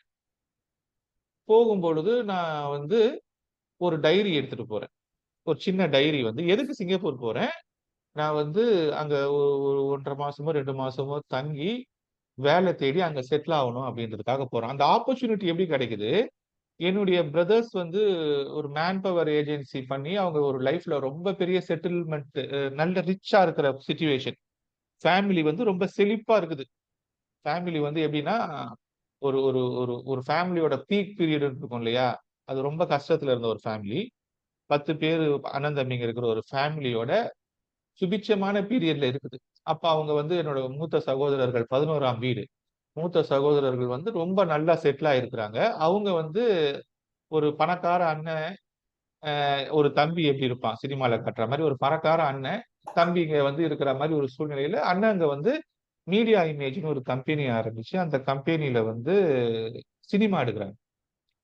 சினிமால தோத்து போன குடும்பம் மாரி இவங்களும் தோத்து போன பீரியட் அது. அப்ப ஒரு த்ரூ அவுட் த லைஃப்ல சம்பாதிச்ச கோடீஸ்வரன் ஆன ஒரு குடும்பம், ஒரு சினிமா கம்பெனி ஆரம்பிச்சு தோத்து போற பீரியடு. அப்ப அந்த தோத்து போறதுக்கு முன்னாடி ஒரு மிகப்பெரிய சினிமா புரொடக்ஷன்ஸ்லாம் நடக்குது. சிங்கப்பூர்ல ஷூட்டிங் நடக்குது. வெவ்வேறு ஊர்கள்ல ஷூட்டிங் நடக்குது. அப்ப அந்த ஷூட்டிங் க்ரூ இங்கிருந்து கூட்டு போவாங்க இல்லையா? அங்க சிங்கப்பூர்ல ஒரு 2 மாசம் ஷூட்டிங் நடக்குது. அப்படி ஷூட்டிங் நடக்கும்போது, அந்த ஷூட்டிங் க்ரூவோட போகும்பொழுது நானும் போறேன். அந்த ஷூட்டிங் க்ரூவோட, புரொடக்ஷன் குரூப்போட போறேன். ஆனா என்னோட பர்ப்பஸ் வந்து அங்க போய் உட்கார்ந்து சாஃப்ட்வேர் வேலைய தேடுறது. அப்ப நான் தேடுறேன். அப்ப அந்த ஒரு சின்ன டைரி எடுத்துட்டு போறேன். அந்த டைரியில நான் டே டு டே சிங்கப்பூர்ல ஸ்ட்ரெய்ட் டைம்ஸ்ன்ட்டு ஒரு பேப்பர் இருக்கு. இந்த ஸ்ட்ரெய்ட் டைம்ஸ் பேப்பர்ல ஆப்பர்ச்சுனிட்டீஸ பார்த்து அண்ணனோட ஆபீஸ் ரொம்ப பெரிய ஆபீஸ். அங்க உட்கார்ந்து ஃபோன் இருக்கு. எல்லாமே இருக்கும். கால் பண்ணிட்டு நான் பாட்டுக்கு கேப் புடிச்சு இன்டர்வியூ அட்டெண்ட் பண்றது, போறது, வர்றது அப்படியே இருக்கு. அப்ப எனக்கு வந்து ஒரு 20, 30 நாள்ல நான் என்னென்னலாம் சாஃப்ட்வேர் பண்ணியிருக்கிறேனோ, என்னென்னலாம் ட்ரை பண்ணனோ, அதெல்லாம் அந்த நோட்ல எழுதிக்கிட்டே வரேன். சரியா? இப்ப வந்து எனக்கு பைடெக் அப்படின்ற ஒரு கம்பெனில ஆரக்கிள்ல ஒரு வேலை கிடைச்சுச்சு. சிங்கப்பூர்ல ஒரு சக்சஸ்ஃபுல்லா இன்டர்வியூ வந்து செலக்ட் ஆயிட்டேன். இப்ப அந்த வேலை கிடைச்சிருச்சு. ஆனா இப்ப வந்து அப்ளிகேஷன் ப்ராசஸ் போகும்பொழுது டிகிரி சர்டிபிகேட் கேட்குறாங்க. டிகிரி சர்டிபிகேட் கேட்குறாங்க. ஆக்சுவலி நான் வந்து டிகிரிய வந்து கரஸ்பாண்டன்ஸ்ல பண்ணேன். பிபிஏ டிகிரிய வந்து யுனிவர்சிட்டி ஆஃப் மெட்ராஸ்ல கரஸ்பாண்டன்ஸ்ல பண்ணேன். அது நான் பிளஸ் 2 முடிச்சு 2 வருஷம் கழிச்சு. அதாவது என்னோட அரியர்ஸ் வந்து அ நான் வந்து மேத்ஸ்ல வந்து 15 மார்க் தான் எடுத்தேன். 200க்கு 15 மார்க் தான் எடுத்தேன். ஆ ஃபர்ஸ்ட் டைம் அரியர்ஸ் எழுதி அதுல திருப்பி 45 மார்க் தான் எடுத்தேன். அதுக்கப்புறம் செகண்ட் டைம் அரியர்ஸ் எழுதி நான் ஒரு 70 72 மார்க்கோ ஜஸ்ட் பாஸ் பண்ணேன். அதுக்கப்புறம் நான் வந்து பிபிஏ டிகிரிய கரஸ்ல போட்டு, அந்த டிகிரிய வந்து நானு 2 வருஷம் எழுதாம, அதுக்கப்புறம் திருப்பி ஒரே டைம்ல first semester, first year, second இயர சேர்த்து எழுதி, அது மாரி அரியர்ஸ் வச்சு தான் அரியர்ஸ் வச்சு தான் நான் பாஸ் ஆகுறேன். சரியா? அரியர்ஸ் வச்சு தான் பாஸ் ஆகுறேன். ஆனா கம்ப்யூட்டர் ஃபீல்ட்ல வந்து நான் வந்து மேலோங்கிட்டேன். அதுல இருக்கிற எல்லாமே எனக்கு தெரியும். ஆனா ஒரு டிகிரின்றது இல்லாம என்னால ஒரு கம்பெனிஸ்ல போய் வேலை செய்ய முடியும். பெரிய கம்பெனிஸ்க்குள்ள நுழைய முடியல. ஆனா நான் இந்த சிங்கப்பூர் போறதுக்கு முன்னாடி டிகிரிய முடிச்சுட்டேன். எக்ஸாம்லாம் பாஸ் ஆயிட்டேன். ஆனா சர்டிபிகேட் உடனே வராதுல்ல. அந்த டிகிரிய முடிச்ச சர்டிபிகேட் திருப்பி வராது நமக்கு. சரியா? அப்படி வராதுன்ற சூழ்நிலை இருக்கும் பொழுது நான் சிங்கப்பூர் போயிட்டேன். இப்ப வேலை கிடைச்சிருச்சு. சர்டிபிகேட்ட கொண்டு வந்து குடுத்துட்டோம்னா, நம்ம வேலையில சேர்ந்துரலாம். அப்படின்னும் பொழுது நான் சிங்கப்பூர்ல இருந்து என்னோட பிரதர்ஸ் இங்க இருக்கிறவங்கள போய் யுனிவர்சிட்டியில கான்டாக்ட் பண்ணி இமிடியேட்டா சர்டிபிகேட்ட வாங்கி எனக்கு அனுப்புங்க அப்படின்னு சொல்றேன். சோ ஃபைனலா அவங்க இங்க ட்ரை பண்றாங்க. என்னென்னமோ ட்ரை பண்ணி அந்த சர்டிபிகேட்ட வாங்கி அது எனக்கு அங்க வரதுக்குள்ள எனக்கு விசா முடிஞ்சிருது. அந்த புரொடக்ஷன் க்ரூ இந்தியாவுக்கு வரணும். அப்ப ஒரு கைக்கு எட்டிய சந்தர்ப்பம். வெற்றி பெற்றுட்டோம். அடுத்து நம்ம உள்ள போணும். இப்ப நான் அப்ப அந்த சர்டிபிகேட் என் கையில இருந்து நான் வந்து அந்த வேலையில சேர்ந்திருந்தேன்னா, இப்ப இருக்கிற பாக்கியநாதனோட நிலைமை கிடையாது. அது வேற பாக்கியநாதன். என் வாழ்க்கை வேற எங்கேயோ, எப்படியோ போயிருக்கும். அப்ப அது ஒரு பெரிய ஆப்பர்ச்சுனிட்டி எனக்கு கைக்கு வந்து மிஸ் ஆகுது. வெளிநாட்டுக்கு போறதுன்றது ஒரு ஆப்பர்ச்சுனிட்டி. போய் வேலை கிடைக்கிறதுன்றது ஒரு ஆப்பர்ச்சுனிட்டி. அந்த இடத்துல ஆப்ஷன்ஸ் மிஸ் ஆகுறதுன்றது ஒரு ஆப்பர்ச்சுனிட்டி அப்படின்ற மாரி ஒரு எக்ஸாம்பிள் இருக்குதுல்ல. இப்ப அந்த பீரியட்ல அந்த பீரியட்ல என்னோட உயிர் நண்பன் ஒருத்தர் இருக்காரு. நாதன் அவரு. அவரு வந்து துபாய்க்கு வேலைக்கு போயிட்டாரு. அவரு துபாய்க்கு வேலைக்கு போயிட்டு, அவரு வந்து வேலை செஞ்சுட்டு இருக்கிறாரு. அவரோட பீக் பீரியடு. அப்ப 2 பேரும் உயிர் நண்பர்கள். நான் இங்க போறேன், அவரு இங்க போறார். ஏன்னா இப்படி போயிட்டு இருக்கு. அதுக்கப்புறம் தசாபுத்தி மாறிடுச்சு. சரியா? அவருக்கு அப்ப எனக்கு அப்ப ராகு தசை நடந்துச்சு. இப்ப அவருக்கு வந்து அப்ப வந்து சுக்கிர தசை நடந்துச்சு. சரியா? சோ அவரோட சுக்கிர தசையில இருந்தாரு. நான் என்னோட ராகு தசையில இருந்தேன். சரியா? என்னோட ஜாதகத்துல ராகுவும் சுக்கிரனும் ஒண்ணா இருக்கு. இதையும் ஒரு கோஇன்சிடென்ஸா வச்சுக்கோங்க. இப்ப அதுக்கப்புறம் எனக்கு வந்துட்டேன். நான் வேற வேற அப்புறம் வெவ்வேறு நிறுவனங்கள்ல வேலை செய்து என்னோட வாழ்க்கை வந்து நெறைய கம்பெனிஸ் எம்என்சி அதுக்கப்புறம் நெறைய ஆப்பர்ச்சுனிட்டிஸ்லாம் கிடைச்சது. நெறைய வேலைக்கெல்லாம் போயிட்டு அப்புறம் திருப்பி குரு தசை ஆரம்பிக்கும் பொழுது, நான் வந்து பர்ப்பஸா இழுத்து வரப்பட்டேன் அஸ்ட்ராலஜிக்கு. பர்ப்பஸா இழுத்து வரப்பட்டேன். இப்ப என்ன இங்க டேக் ஹோம் மெசேஜ்னா, அப்ப அவருக்கு எனக்கு வந்து அப்ப ராகு தசை நடந்துச்சு. என்னுடைய நண்பனுக்கு சுக்கிர தசை நடந்துச்சு இல்லையா? அதுக்கப்புறம் அவருக்கு வந்து சூரிய தசை முடிஞ்சு, அவருக்கு இப்ப சந்திர தசை நடக்குது. எனக்கு குரு தசை நடக்குது. இப்ப எனக்கும், அவருக்கும் எனக்கு குரு தசையில ராகு புத்தி நடக்குது. அவருக்கு சந்திர தசையில சுக்கிர புத்தி நடக்குது. இப்ப எங்க 2 பேருக்கும் அந்த ராகு தசையில நாங்க சந்திச்ச அந்த நிகழ்வுகள் எங்க 2 பேருக்கும் என்னென்னலாம் நடந்துச்சோ, அத சேம் ஆப்பர்ச்சுனிட்டி நடக்குது. எக்ஸாம்பிள்க்கு ஒண்ணு சொல்றேன். நான் அந்த ராகு தசையில சிங்கப்பூர் போனப்ப ஒரு டைரி எடுத்தேன் இல்லையா? அந்த டைரியில நோட்ஸ் பண்ணி எழுதி வச்சிருந்தேன் இல்லையா? அந்த டைரிய எங்கேயோ என்னோட வீடு வந்து டோட்டலா மாறிடுச்சு. நான் இருக்கிற வீடு வந்து டோட்டலா ரெனோவேட் பண்ணிட்டேன். அது பழைய வீட ரெனோவேட் பண்ணி டோட்டலா கம்ப்ளீட்டா புதுசா மாத்தி, எவ்ளோ டாக்குமெண்ட்ஸ நான் டிஸ்போஸ் பண்ணிட்டேன். நான் வந்து நெறைய டிஸ்போஸ் பண்ணிட்டே இருப்பேன். இந்த ஒரு டைரி மட்டும் டிஸ்போஸ் ஆகாம எங்கேயோ ஏதோ ஒரு இடத்துல இருந்திருக்கு. என் பையன் போன வாரம் எதையோ எடுத்துட்டு அந்த டைரிய எடுத்துட்டு வந்து, "அப்பா இந்தாங்க இந்த டைரி வந்து பாதி பக்கம் யூஸ் ஆயிருக்குது. பாதி பக்கம் அழகா இருக்கு. இந்த டைரி ரொம்ப அழகா இருக்கு. இத நான் யூஸ் பண்ணவான்னு" கொண்டு வந்து 17, 20 வருஷமா 25 வருஷம் கழிச்சு அந்த டைரி எனக்கு கிடைக்குது திருப்பி. அத எடுத்து பார்த்தா, எனக்கு இப்ப நான் சொன்ன பாயிண்ட் ஸ்ட்ரைக் ஆகுது. அது மட்டும் ஸ்ட்ரைக் ஆகல. அப்ப நான் வெளிநாட்டுக்கு போனேன்ல, அந்த வெளிநாட்டுக்கு போன ஆப்பர்ச்சுனிட்டீஸ் எனக்கு வந்து இப்ப வருது. எனக்கு வந்து இப்ப அமெரிக்காக்கு போறதுக்கான சிட்யூவேஷன்ஸ ஒரு நண்பர் ஆஃபர் பண்றாரு. "நீங்க இங்க வாங்க. நீங்க இங்க வந்து வேலை தேடுங்க. இங்க வந்து செட்டில் ஆவுங்க. எதுவானாலும் பார்த்துக்கலாம்" அப்படின்னு ஒருத்தர் சொல்றாரு. அவரு இந்த குரூப்ல இருக்கிறார். நார்வேல இருந்து ஒருத்தர் கூப்பிடுறாரு. "நீங்க வாங்க யூரோப்புக்கு வாங்க. இங்க வந்து செட்டில் ஆவுங்க. இங்க வந்து நீங்க ஏதாச்சும் பண்ணுங்க" அப்படின்ட்டு நார்வேக்கு கூப்பிடுறாரு. அது மாரி இன்னும் அந்த மாரி ஆப்பர்ச்சுனிட்டீஸ் வந்து எனக்கு வருது. இப்ப நான் கிளம்பி போனா, அப்ப நான் வேலை இல்லாம அங்க போயி ஆப்பர்ச்சுனிட்டீஸ உருவாக்குற சூழ்நிலை இருந்துச்சுல்ல. இப்ப திருப்பி அதே சூழ்நிலை. அது சிங்கப்பூர். இப்ப எனக்கு 2 ஆப்பர்ச்சுனிட்டி இருக்கு. அமெரிக்காவுக்கு போறதுக்கு ஒரு ஆப்பர்ச்சுனிட்டி இருக்குது, நார்வேக்கு போறதுக்கு ஆப்பர்ச்சுனிட்டி இருக்குது. அமெரிக்கால இருந்து எனக்கு விசா ஏற்பாடு பண்ணி என்னை தங்குறதுக்கு பாத்துக்கிறதுக்கு எல்லாத்தையும் சொல்றதுக்கு ஒரு நண்பர் தயாரா இருக்கிறாரு. நார்வேல இதையே செய்யறதுக்கு ஒருத்தர் இருக்கு. யூரோப்புக்கு ஒரு என்ட்ரி டிக்கெட் இருக்குது, யூஎஸ்க்கு ஒரு என்ட்ரி டிக்கெட் இருக்கு. இப்ப நான் நினைச்சு முடிவு பண்ணி போகணும்னா இமிடியேட்டா ஒரு 2 மாசத்துல ஒண்ணு யுஎஸ்கோ இல்ல யூரோப்கோ போயிடலாம். ஆனா அதே சிச்சுவேஷன் தான் ரீக்ரியேட் ஆகுது. எனக்கு மட்டும் ரீக்ரியேட் ஆகல, என்னுடைய நண்பன் அவருக்கும் அப்ப இருந்து அதே பீரியட் ரீக்ரியேட் ஆகுது. இப்ப நான் திருப்பி இங்க இருந்து யுஎஸ்கோ திருப்பி யூரோப்புக்கோ போயிட்டேன்னா நான் அங்க ஒரு ஆப்பர்ச்சுனிட்டியை தவற விட்டேன்ல. ம் சிங்கப்பூர்ல வேலை கிடைச்சி அந்த சர்டிபிகேட் இல்லாம அந்த வேலையை சேர முடியாம ஒண்ணு நடந்தல, அதே சிச்சுவேஷன் கண்டிப்பா இங்க நடக்கும். நான் யூரோப்பு போனாலும் நார்வே போனாலும் நடக்கும். அதே சிச்சுவேஷன் அமெரிக்கா போனாலும் நடக்கும். ஆனா இந்த தடவை நான் தோத்துருவேனா இந்த தடவை வெற்றி பெறுவேனான்றது எனக்கு முன்கூட்டியே தெரியுது. இப்ப இந்த யூரோப் ஆப்பர்ச்சுனிட்டில அவர் சொல்றாரு, அந்த நண்பர் யூரோப் ஆப்பர்ச்சுனிட்டி நார்வே ஆப்பர்ச்சுனிட்டில சொல்றாரு, நீங்க வரீங்க, நான் உங்களுக்கு எல்லாமே செய்யறேன். ஆனா நீங்க வரும் பொழுது அது எனக்கு 100% ரிசல்ட்ட கொடுக்கல. நீங்க ஏதோ ஒரு ப்ராஜெக்ட் நீங்க எனக்கு ஏதோ ஒரு ஹெல்ப் பண்றேன்றீங்க. நீங்க நம்ம 2 பேரும் சேர்ந்து ஒரு வேலையை செய்யலாம்னு பிளான் பண்றோம். அது it occurs some cost for me. அந்த காஸ்ட்டை என்னால ஈடுகட்ட முடியல அப்படின்னா எனக்கு இது பெரிய நஷ்டத்துல கொண்டு போய் முடியுமே அப்படின்னா என்ன செய்யறதுன்ற ஒரு பாயிண்ட் இருக்கு. அப்ப இன்கேஸ் நான் போற பர்பஸ் அங்க வெற்றிகரமா முடியலன்னா அதே தப்பு சிங்கப்பூர்ல பண்ணி ஃபெயிலியர் ஆகி வந்த அதே தப்பு நான் நார்வேல போயிட்டு ஃபெயிலியர் ஆயிட்டு வர்றதுக்கான வாய்ப்புகள் இருக்கவே செய்யும். அப்ப இப்படிதான் காலம் நமக்கு ரீக்ரியேட் பண்ணும். புரியுதா? அப்ப நமக்கு அந்த டைம் லூப்பு ஒரே மாதிரி சந்தர்ப்பங்களை திருப்பி உருவாக்கி கொடுக்கும். ஆனா அந்த சந்தர்ப்பங்கள் அதே இடத்துல நடக்காது. அது வேற இடத்துல வேற ஒரு மேடையாக இருக்கும். அதே மேடையாக இருக்காது, அதே இடமாக இருக்காது. காலம், தேசம், வர்த்தமானம் மாறும். ஆனா அந்த சூழ்நிலை ஆப்பர்ச்சுனிட்டி எங்க விட்டீங்களோ அதை கண்டினியூ பண்ணி முடிக்கிற மாதிரி இருக்கும். சரியா? இந்த ப்ராசஸ் நீங்க என் லைஃப்ல நடந்த மாதிரி உங்க லைஃப்லயும் நடக்கும்.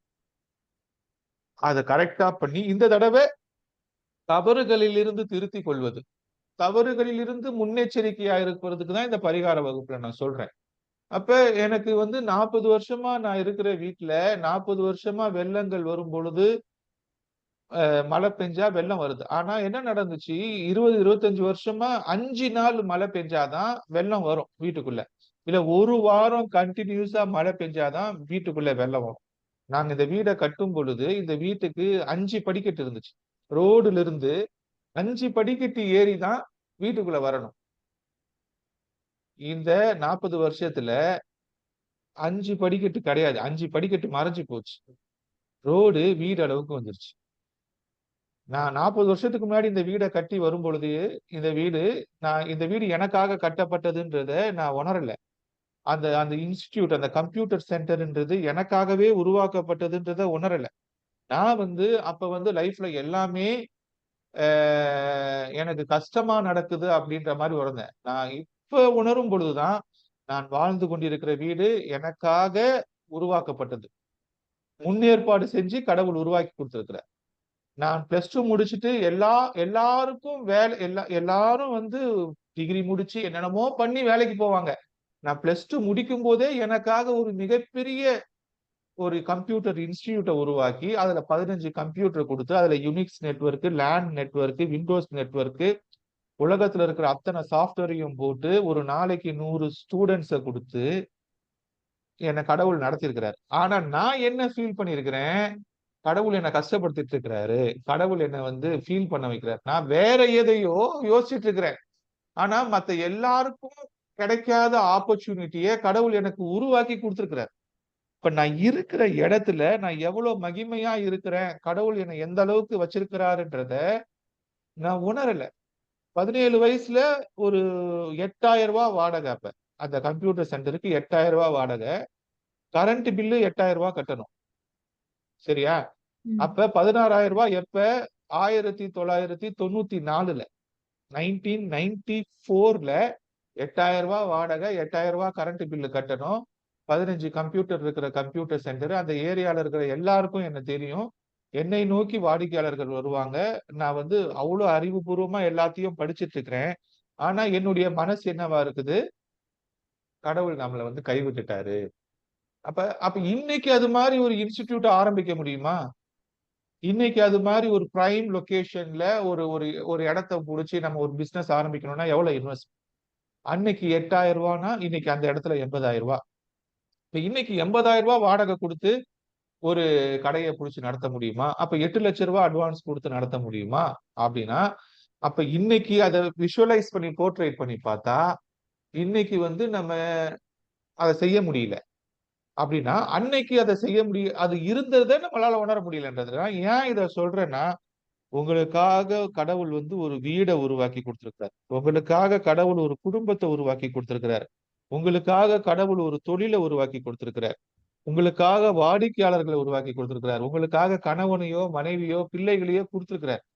ஆனா, அதை எல்லாத்தையும் விட்டுட்டு, நம்ம இல்லாத ஒண்ண வேற எதையோ நெனச்சு ஃபீல் பண்ணிட்டு இருக்கோம்.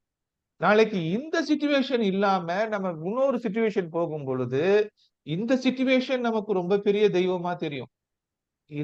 இப்ப இருக்கிற சிச்சுவேஷன் அ அ இருந்த சிச்சுவேஷன் பெருசா தெரியும். அப்ப சுயமா நீங்க கடவுள் உங்களுக்கு என்னென்னலாம் நல்லது செஞ்சிருக்கிறாருன்னு பார்த்தீங்கன்னா, அப்ப வந்து கடவுள் உங்களுக்கு ரொம்ப பெரிய விஷயங்கள செஞ்சிருப்பார். நீங்க மத்தவங்கள கம்பேர் பண்ணும்போது கடவுள் வந்து உங்கள ரொம்ப ஒரு மேன்மையான இடத்துல வச்சிருப்பார். பிரபஞ்சம் உங்கள அழகா வச்சு அழகு பார்க்குது. அந்த சிச்சுவேஷன்ல கிடைச்சத திருப்திப்படாம, கிடைச்சதுல அமைதி கொள்ளாம, நம்ம கடவுள திட்டிக்கிட்டு, பிரபஞ்சத்த திட்டிக்கிட்டு, அந்த சிச்சுவேஷன நமக்கு சாதகமா யூஸ் பண்ணிக்காம, அந்த மொமெண்ட்ல வாழாம, நம்ம ஒரு வேற மொமெண்ட்டுக்காக ஏங்கிட்டு இருக்கிற நிலைமையில இருக்கோம். அப்பதான் இந்த பரிகாரம். சோ, எனக்கு பிரமிப்பா இருக்கு. அப்ப ஒரு சாதாரண மனுஷன் நானு. எனக்காக கடவுள் எல்லாத்தையும் செய்றாரு. அப்ப அப்ப இதுவரைக்கும் காத்த கடவுள், இம்மட்டும் உதவின எபினேசர் இனியும் காத்திடுவார். உலகில் இருக்கும் அவனை விட என் இயேசு பெரியவரே என்ற வசனம் எனக்கு ஞாபகம் வருது. அப்ப என்னுடைய பாதைகளை கடவுள், பிரபஞ்சம் செம்மையாக தான் வைத்திருக்கிறது. என்னை இதுவரைக்கும் கவலைப்பட விடல. இந்த கீழ விழுவுற மாரி சிச்சுவேஷன் இருக்குது. ஒரு தடவையும் கீழ விழ வைக்கல. அந்த லாஸ்ட் டிப்ல அப்படி தவறி விழுந்தா கூட எட்டி புடிச்சிடுறாரு. அந்த மாரி சிச்சுவேஷன்ஸ் எல்லாம் நான் உணர்ந்திருக்கிறேன். ஹோப்பே இல்ல. மலை மேல இருந்து கீழ விழுவுறோம். அடுத்த செகண்ட் டெத் அப்படின்ற சிச்சுவேஷன்ல இல்ல அப்படின்னு தூக்கி விட்டு அனுப்பிச்சுருவார். அப்ப அப்படிதான் என்ன காப்பாத்துறாரு கடவுள். அப்படிதான் உங்களையும் காப்பாத்துறாருன்றத நம்புறேன். ஏன்னா என் கூட இருக்கிறவங்க என்ன மாரி தான் இருப்பீங்க. என்னோடு இருப்பவர்கள் என்னை சார்ந்தவர்கள் அப்படின்னும் பொழுது, நீங்கள் என்னை விட மேன்மையானவர்களா தான் இருப்பீங்க. ஏன்னா, எனக்கு குரு எனக்குல இருந்து 7ஆம் இடத்துல பார்க்கிறதுனால, என் கூட இருக்கிறவங்க என்னை விட மேன்மையானவர்கள். அவர்கள் என்னை விட வலிமையானவர்கள், என்னை விட நல்லவர்கள், என்னை விட சிறந்தவர்கள். சரியா? அப்ப என் கூட நீங்க இருக்கிறீங்கன்னா, நீங்க எல்லாரும் என்னை விட பல மடங்கு மேன்மையானவர்கள். என்னை விட சிறந்தவர்கள், என்னை விட அறிவாளிகள், என்னை விட நல்லவர்கள். அப்ப கடவுள் என்னையே காப்பாத்துறாரு. ஒரு ஒரு சாதாரண ஆளு அப்படின்னும் பொழுது, நீங்கலாம் என்னை விட பல மடங்கு மேன்மையானவர்கள். உங்கள எவ்வளோ அழகா வச்சிருக்கிறாரு. நீங்க ஏன் கவலைப்படுறீங்க? கவலைப்படுறத விட்டுருங்க. சரியா? உங்களுக்கான வாய்ப்புகள் இன்னைக்கு நீங்க இருக்கிற சிச்சுவேஷன கடவுள் குடுத்திருக்கிறார். அத கடந்து போக. அத கடந்து போகும் பொழுது, இனிமேலு இன்ஃபார்ம்டு டிசிஷனா தப்பு பண்ணியிருக்கிறோம். நமக்கு நாலேட்ஜ் இருக்குது. கடவுள் நம்ம வந்து 17 வயசுல இருந்து 18 வயசுல இருந்த அறிவு நமக்கு இல்ல. நம்ம எல்லாருமே 40 வயசு, 50 வயசுக்கு வந்துட்டோம். நமக்கு நல்லது, கெட்டது தெரியும். உலகத்துல கெட்டதுன்னு ஒண்ணு இல்லன்றத புரிஞ்சுக்கோங்க. உலகத்துல நல்லதுன்னு ஒண்ணு இல்ல. 4 பேருக்கு நல்லது செய்யணும்னா எல்லாமே நல்லதுதான். வேலு நாயக்கர் டயலாக் தான். சோ நீங்க வந்து நல்லது, கெட்டது, பாவம், புண்ணியம் அதெல்லாம் தூக்கி போட்டுருங்க. பரிகாரம்னு வந்துட்டா நல்லது, கெட்டது, பாவம், புண்ணியம் கிடையாது. சரியா? எனக்கு இது வேணுமா? வேணாமான்னு முடிவெடுக்கிறது மட்டும் தான் இப்ப நமக்கு தேவை. எனக்கு அது வேணும். அது வேணும்னா, அதற்காக எவ்வளவு எக்ஸ்டெண்ட் போ முடியும்? What is the limit? இவ்வளவு பட்ஜெட் அப்படின்றது நீங்க முடிவு பண்ணணும். இல்ல என் உயிரே போனாலும் அது வேணும். அப்ப நம்ம ஒரு விஷயத்த வேணுமா, வேணாமான்றதான் முடிவு பண்ணணும். வேண்டான்னு முடிவு பண்ணிட்டா முடிஞ்சிருச்சு அங்கேயே. சீ இந்த பழம் புளிக்கும். அந்த நரி வந்து என்ன பண்ணுது? திராட்சை தோட்டத்துக்கு போகுது. பழம் ஹைட்டா இருக்குது. எட்டி எட்டி பாக்குது. அதுக்கு அந்த பழத்தை சாப்பிட முடியல. இந்த பழம் புளிக்கும் போல இருக்குது, அதனாலதான் கிடைக்கலன்னு போயிடுது. அப்ப அந்த இந்த பழம் புளிக்கும்ட்டு நம்ம ஆசைப்படுறத நினைச்சு வேணான்னு போயிட்டோம்னா முடிஞ்சிச்சு அந்த இடத்துல. எனர்ஜி வேஸ்ட் கிடையாது, டைம் வேஸ்ட் கிடையாது. அடுத்த ஆப்பர்ச்சுனிட்டி கிடைக்கும், அதை பயன்படுத்திக்க. இல்ல எனக்கு வந்து பெட்ரோமாக்ஸ் லைட்டே தான் வேணும் அப்படின்னு முடிவு பண்ணிட்டீங்கன்னா, அந்த பெட்ரோமாக்ஸ் லைட்டை தேடி கண்டுபிடிச்சு பண்றதுக்கு எவ்வளவு காலம் செலவிட வேண்டும், எவ்வளவு பொருளை செலவுபட வேண்டும், என்ன விலை கொடுக்க வேண்டும், என்ன தியாகம் கொடுக்க வேண்டும், அந்த தியாகத்திற்கு அந்த பொருள் ஒர்த்தா, அவ்வளவு டைம் ஸ்பெண்ட் பண்றதுக்கு அந்த பொருள் ஒர்த்தா அப்படின்னு பாத்துக்கோங்க. அது ஒர்த்துனா ட்ரை பண்ணுங்க. இல்ல அது ஒர்த்தோ ஒர்த் இல்லையோ, ஒரு நாளும் அந்த பொண்ணு கூட வாழணும், ஒரு நாளும் நான் அந்த பொசிஷன்ல போய் இருக்கணும், ஒரு நாள்னா கூட அந்த சிச்சுவேஷனை ஒரு நிமிஷம்னா கூட நான் அதை அனுபவிக்கணும் அப்படின்னா ஒண்ணும் பண்ண முடியாது, போய் தான் ஆகணும். அப்ப நல்லது கெட்டது எல்லாம் பார்க்கணும்னு அவசியம் கிடையாது. there is no rules, there is no rules. Logic வந்து லவ் அண்ட் வார். காதலிலும் சண்டையிலும் எந்த லாஜிக்கும் கிடையாது, வெற்றி ஒண்ணுதான் குறிக்கோள். அப்ப ஒரு காதல் என்கின்றது ஒரு பொண்ணு மேலேயோ பையன் மேலேயோ வைக்கிற காதல் கிடையாது. It's a desire. எனக்கு அது வேணும் அப்படின்னு முடிவு பண்ணிட்ட பிறகு, அந்த வேணும்னு முடிவு பண்ணிட்டேன் அப்படின்னா அதை அடைய வேண்டும் என்று முடிவு பண்ணிட்டா, அதுக்கப்புறம் நல்லது கெட்டது அதெல்லாம் கிடையாது, அடையிறது மட்டும்தான் குறி. அதுக்காக என்ன தகிடு தத்தம் வேண்டுமானாலும் பண்ணலாம். ஏன்னா உங்களுக்கு அது சாதாரணமா கிடைக்கல, உங்களுக்கு அது மறுக்கப்படுது இல்ல. அப்ப அதை அடையிறதுக்காக நீங்க என்ன வேணாலும் செய்யணும்னா செய்யுங்க. ஆனா அதுக்காக நீங்க செய்யற செயலுக்கெல்லாம் பின்விளைவுகள் இருக்கும். அதை தாங்கிக் கொள்வேன், அதை ஏற்றுக்கொள்வேன், என்ன வேணாலும் ஆகட்டும், ஐ ஜஸ்ட் வாண்டட் இட் அப்படின்னு முடிவு பண்ணிட்டீங்கன்னா, அப்ப நம்ம இந்த பரிகாரங்களை இன்னும் டீப்பா பார்க்கணும். பரிகாரங்கள் என்பது ஒண்ணும் கிடையாது, it is a game plan. பரிகாரங்கள் என்றது என்னது? It is a game plan. திட்டமிடுதல், தயாரித்தல், சக்தியை திரட்டுதல். திட்டமிடுதல், தயாரித்தல், சக்தியை திரட்டுதல். அது எனக்கு வேணும், அது அவ்வளவு தூரத்துல இருக்குது. நான் அவ்வளவு தூரம் போறதுக்கு எனக்கு வந்து பைக் இருந்தா இவ்வளவு ஃபாஸ்டா போலாம், கார் இருந்தா இன்னும் கம்ஃபர்டபுளா போலாம், பஸ்ல போனா இடிச்சுக்கிட்டே நெருக்கி போலாம், 2 பஸ் ஏறி ஏறி இறங்கணும், டைமுக்கு போக முடியாது. எதுல டிராவல் பண்ண போறோம், யார கூட்டிக்கிட்டு போறோம், ஆப்போசிட் எதிராளியோட சக்தி என்ன, நம்மளுடைய சக்தி என்ன, நம்மளுடைய சக்தி அதிகமா இருந்தா எதிராளியோட சக்தி கம்மியா இருந்தா நம்மளால வின் பண்ண முடியுமா, எதிராளியோட தந்திரம் என்ன, நம்மளோட தந்திரம் என்ன. அப்ப அந்த போர் யுக்தி, ஒரு போரை வெற்றிகரமாக செய்ய எப்படியெல்லாம் தந்திரம் செய்யறோமோ, எப்படியெல்லாம் திட்டமிடுறோமோ, அதுதான் பரிகாரம். அப்ப அது வேணும்னு முடிவு பண்ணிட்டா சண்டைக்கு போறோம். அப்ப there is no rules in love and war அப்படின்னு முடிவு பண்ணிட்ட பிறகு, அந்த மாதிரி ஒண்ணு உங்களுக்கு இருக்குதுன்னா அதுக்கு ஏத்த மாதிரி தயாராகுங்க. அதுக்கு ஏத்த மாதிரி எப்படி பண்ணணும்னு பார்க்கும்போது, அப்ப அந்த இடத்துல நல்லது கெட்டது பாவம் புண்ணியம் வந்தது கிடையாது. எதிரில யாரு வந்தாலும் வெட்டி கொன்னுட்டு போய்கிட்டே இருக்க வேண்டியதுதான், படையப்பா மாதிரி. சரியா? அப்ப வெற்றி கொடி கட்டு, அந்த பாட்டை ஞாபகம் வச்சுக்கோங்க. பகைவனோட தலையை வெட்டிட்டு போகணும். அப்ப அந்த இடத்துல 10 பேரை கொள்றோமோ 100 பேரை கொள்றோமோ 1000 பேர், நான் சாவடிக்க சொல்லல, எக்ஸாம்பிள். நான் சொல்றது என்னன்னா, நமக்கு அது வேணும்னு முடிவு பண்ணிட்ட பிறகு எதிரில வர்றது நம்மளுடைய நெருங்கிய உறவாக இருக்கலாம், எதிரில் வருவது நமக்கு நெருங்கிய பிடித்த ஒருவராக இருக்கலாம். எல்லாத்தையும் உதறிட்டு தான் போகணும், எல்லாத்தையும் தள்ளி வச்சுட்டு தான் போகணும். அவங்கள 10 பேரை மிதிச்சுட்டு தான் போகணும். அப்பதான் கிடைக்கணும்னா, மிதிச்சுட்டு போறதுக்கு ரெடியா இருக்கீங்கன்னா மிதிச்சுட்டு தான் போகணும். ஏன்னா இவங்களாம் தான் குறுக்க வருவாங்க. இதெல்லாம் வேணாம் அப்படின்னா, அந்த கருணாஸ் ஒரு இன்டர்வியூ கொடுத்திருப்பாரு. கருணாஸ் வந்து இப்ப கொஞ்ச நாளைக்கு முன்னாடி ஒரு இன்டர்வியூ கொடுத்திருப்பாரு. அடிக்கடி அவர் சொல்லுவார், ஒருத்தன் ரொம்ப நல்லவனா இருக்கிறான், ஒருத்தன் வந்து எந்த பிரச்சனைக்கும் வம்பு தும்புக்கும் போகாம இருக்கிறான்னா அவனுக்கு எதுவும் தெரியாம இல்ல. அவன் உன்னை விட அவன் எல்லா ஏரியாலையும் புலங்குனவனாதான் இருக்கான். அவனுக்கு எல்லா நல்லதும் கெட்டதும் தெரியும். அப்ப அதெல்லாம் அவன் ஏன் செய்யலைன்னா, அவனுக்கு ஒரு குடும்பம் இருக்குது, அந்த குடும்பம் அதை காப்பாத்தணும், அவனுக்கு இருக்கிற பிள்ளைங்களை காப்பாத்தணும், பொண்டாட்டிய காப்பாத்தணும்ன்றதுக்காக அவன் ஒதுங்கி போறான். அவனால வந்து உன்னை குத்திட்டு உன் கூட சண்டை போட்டுட்டு அவனால உன்னை தாண்டி போக முடியாம கிடையாது, அவன் வேணான்னு ஒதுங்கி இருக்கிறான். அப்படிதான் நம்ம ஒவ்வொரு ஆளும் இருக்கிறோம். அப்ப நம்ம வந்து என்ன பண்றோம், ஒரு விஷயத்துக்காக ஏங்கிக்கிட்டே இருக்கிறோம், ஆனா வேணான்னு ஒதுங்கி இருக்கிறோம். அப்படின்னா வேணான்னு ஒதுங்கி, இப்ப வேணும் அப்படின்னு முடிவு பண்ணிட்டு போயிட்டா அது அட் எனி காஸ்ட் போகும் பொழுது அது உயிர் இழப்புகளோ பொருள் இழப்புகளோ எல்லாம் நடக்கிற மாதிரி விஷயமா இருந்துச்சுன்னா அதுக்கு பயந்துகிட்டு தான் நம்ம இருக்கிறோம். சரியா? அப்ப இது வேணும்னு முடிவு பண்ணிட்டா ஒரு சில உறவுகளை இழக்க வேண்டியிருக்கும். இது வேணும்னு முடிவு பண்ணிட்டா சில புதிய சக்திகளை சேர்க்க வேண்டியிருக்கும். இருக்கிற அட்மாஸ்பியர் மாறிடும். அப்ப அப்ப திருப்பி போய் பார்க்கும் பொழுது இருக்கிற சிச்சுவேஷனை மாத்தி இன்னொரு சிச்சுவேஷனுக்குள்ள போய் இன்னொரு சூழ்நிலைக்குள்ள போய் அது கிடைக்குமா கிடைக்காதா, அது கிடைச்சு என்ன பலன் அப்படின்னும் பொழுது அப்படியே இருந்துடலான்னு முடிவெடுத்து வாழ்றதுதான் வாழ்க்கை போகுது. சரியா? அப்ப வந்து உங்களுடைய ஆசைக்கும் உங்களுடைய தற்போதைய சூழ்நிலைக்கும் நீங்கள் போக விரும்புகின்ற உயரத்துக்கும் தற்போதைய சூழ்நிலைக்கும் இருக்கிற கேப்பை ஃபில் பண்றதுதான் அந்த அந்த அது அந்த வேலை.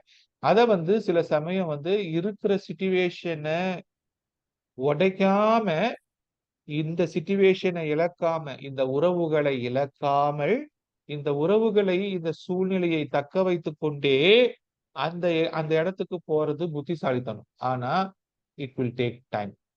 சில விஷயங்கள் இருக்கிற கம்ஃபர்ட் ஜோனை உடைச்சாதான் வெளியே வரும். அப்ப கருவறை என்கின்ற பனிக்குடத்தை உடைத்தால்தான் குழந்தையே வெளியே வரும்ன்ற மாதிரி உங்க கம்ஃபர்ட்டை உடைக்கணும். அப்ப நீங்க ஒரு கம்ஃபர்ட் ஜோன்ல இருப்பீங்க. எல்லாருமே ஒரு இடத்துல செட்டில் ஆயிருப்பீங்க. ரொம்ப கஷ்டப்படுற சூழ்நிலையா இருந்தா கூட அதுல வாழ பழகிட்டீங்கன்னா அது ஒரு கம்ஃபர்ட் ஜோனா மாறிடும். வெளியில இருந்து பார்க்கும்போது என்னடா இந்த இடத்துல நீ வாழ்றதுக்கு நீ வாழாமையே இருக்கலாம்னு சொல்ற அளவுக்கு இருக்கும். ஆனா நீங்க அதற்கு பழகி இருப்பீங்க. அது உங்களுக்கு கம்ஃபர்ட் ஜோனா இருக்கும். அந்த கம்ஃபர்ட் ஜோனை உடைச்சிட்டு வர்றதுக்கு நீங்க முடிவு பண்ணணும். அப்ப கம்ஃபர்ட் ஜோனை உடைக்கலைன்னா உங்களால முடியாது.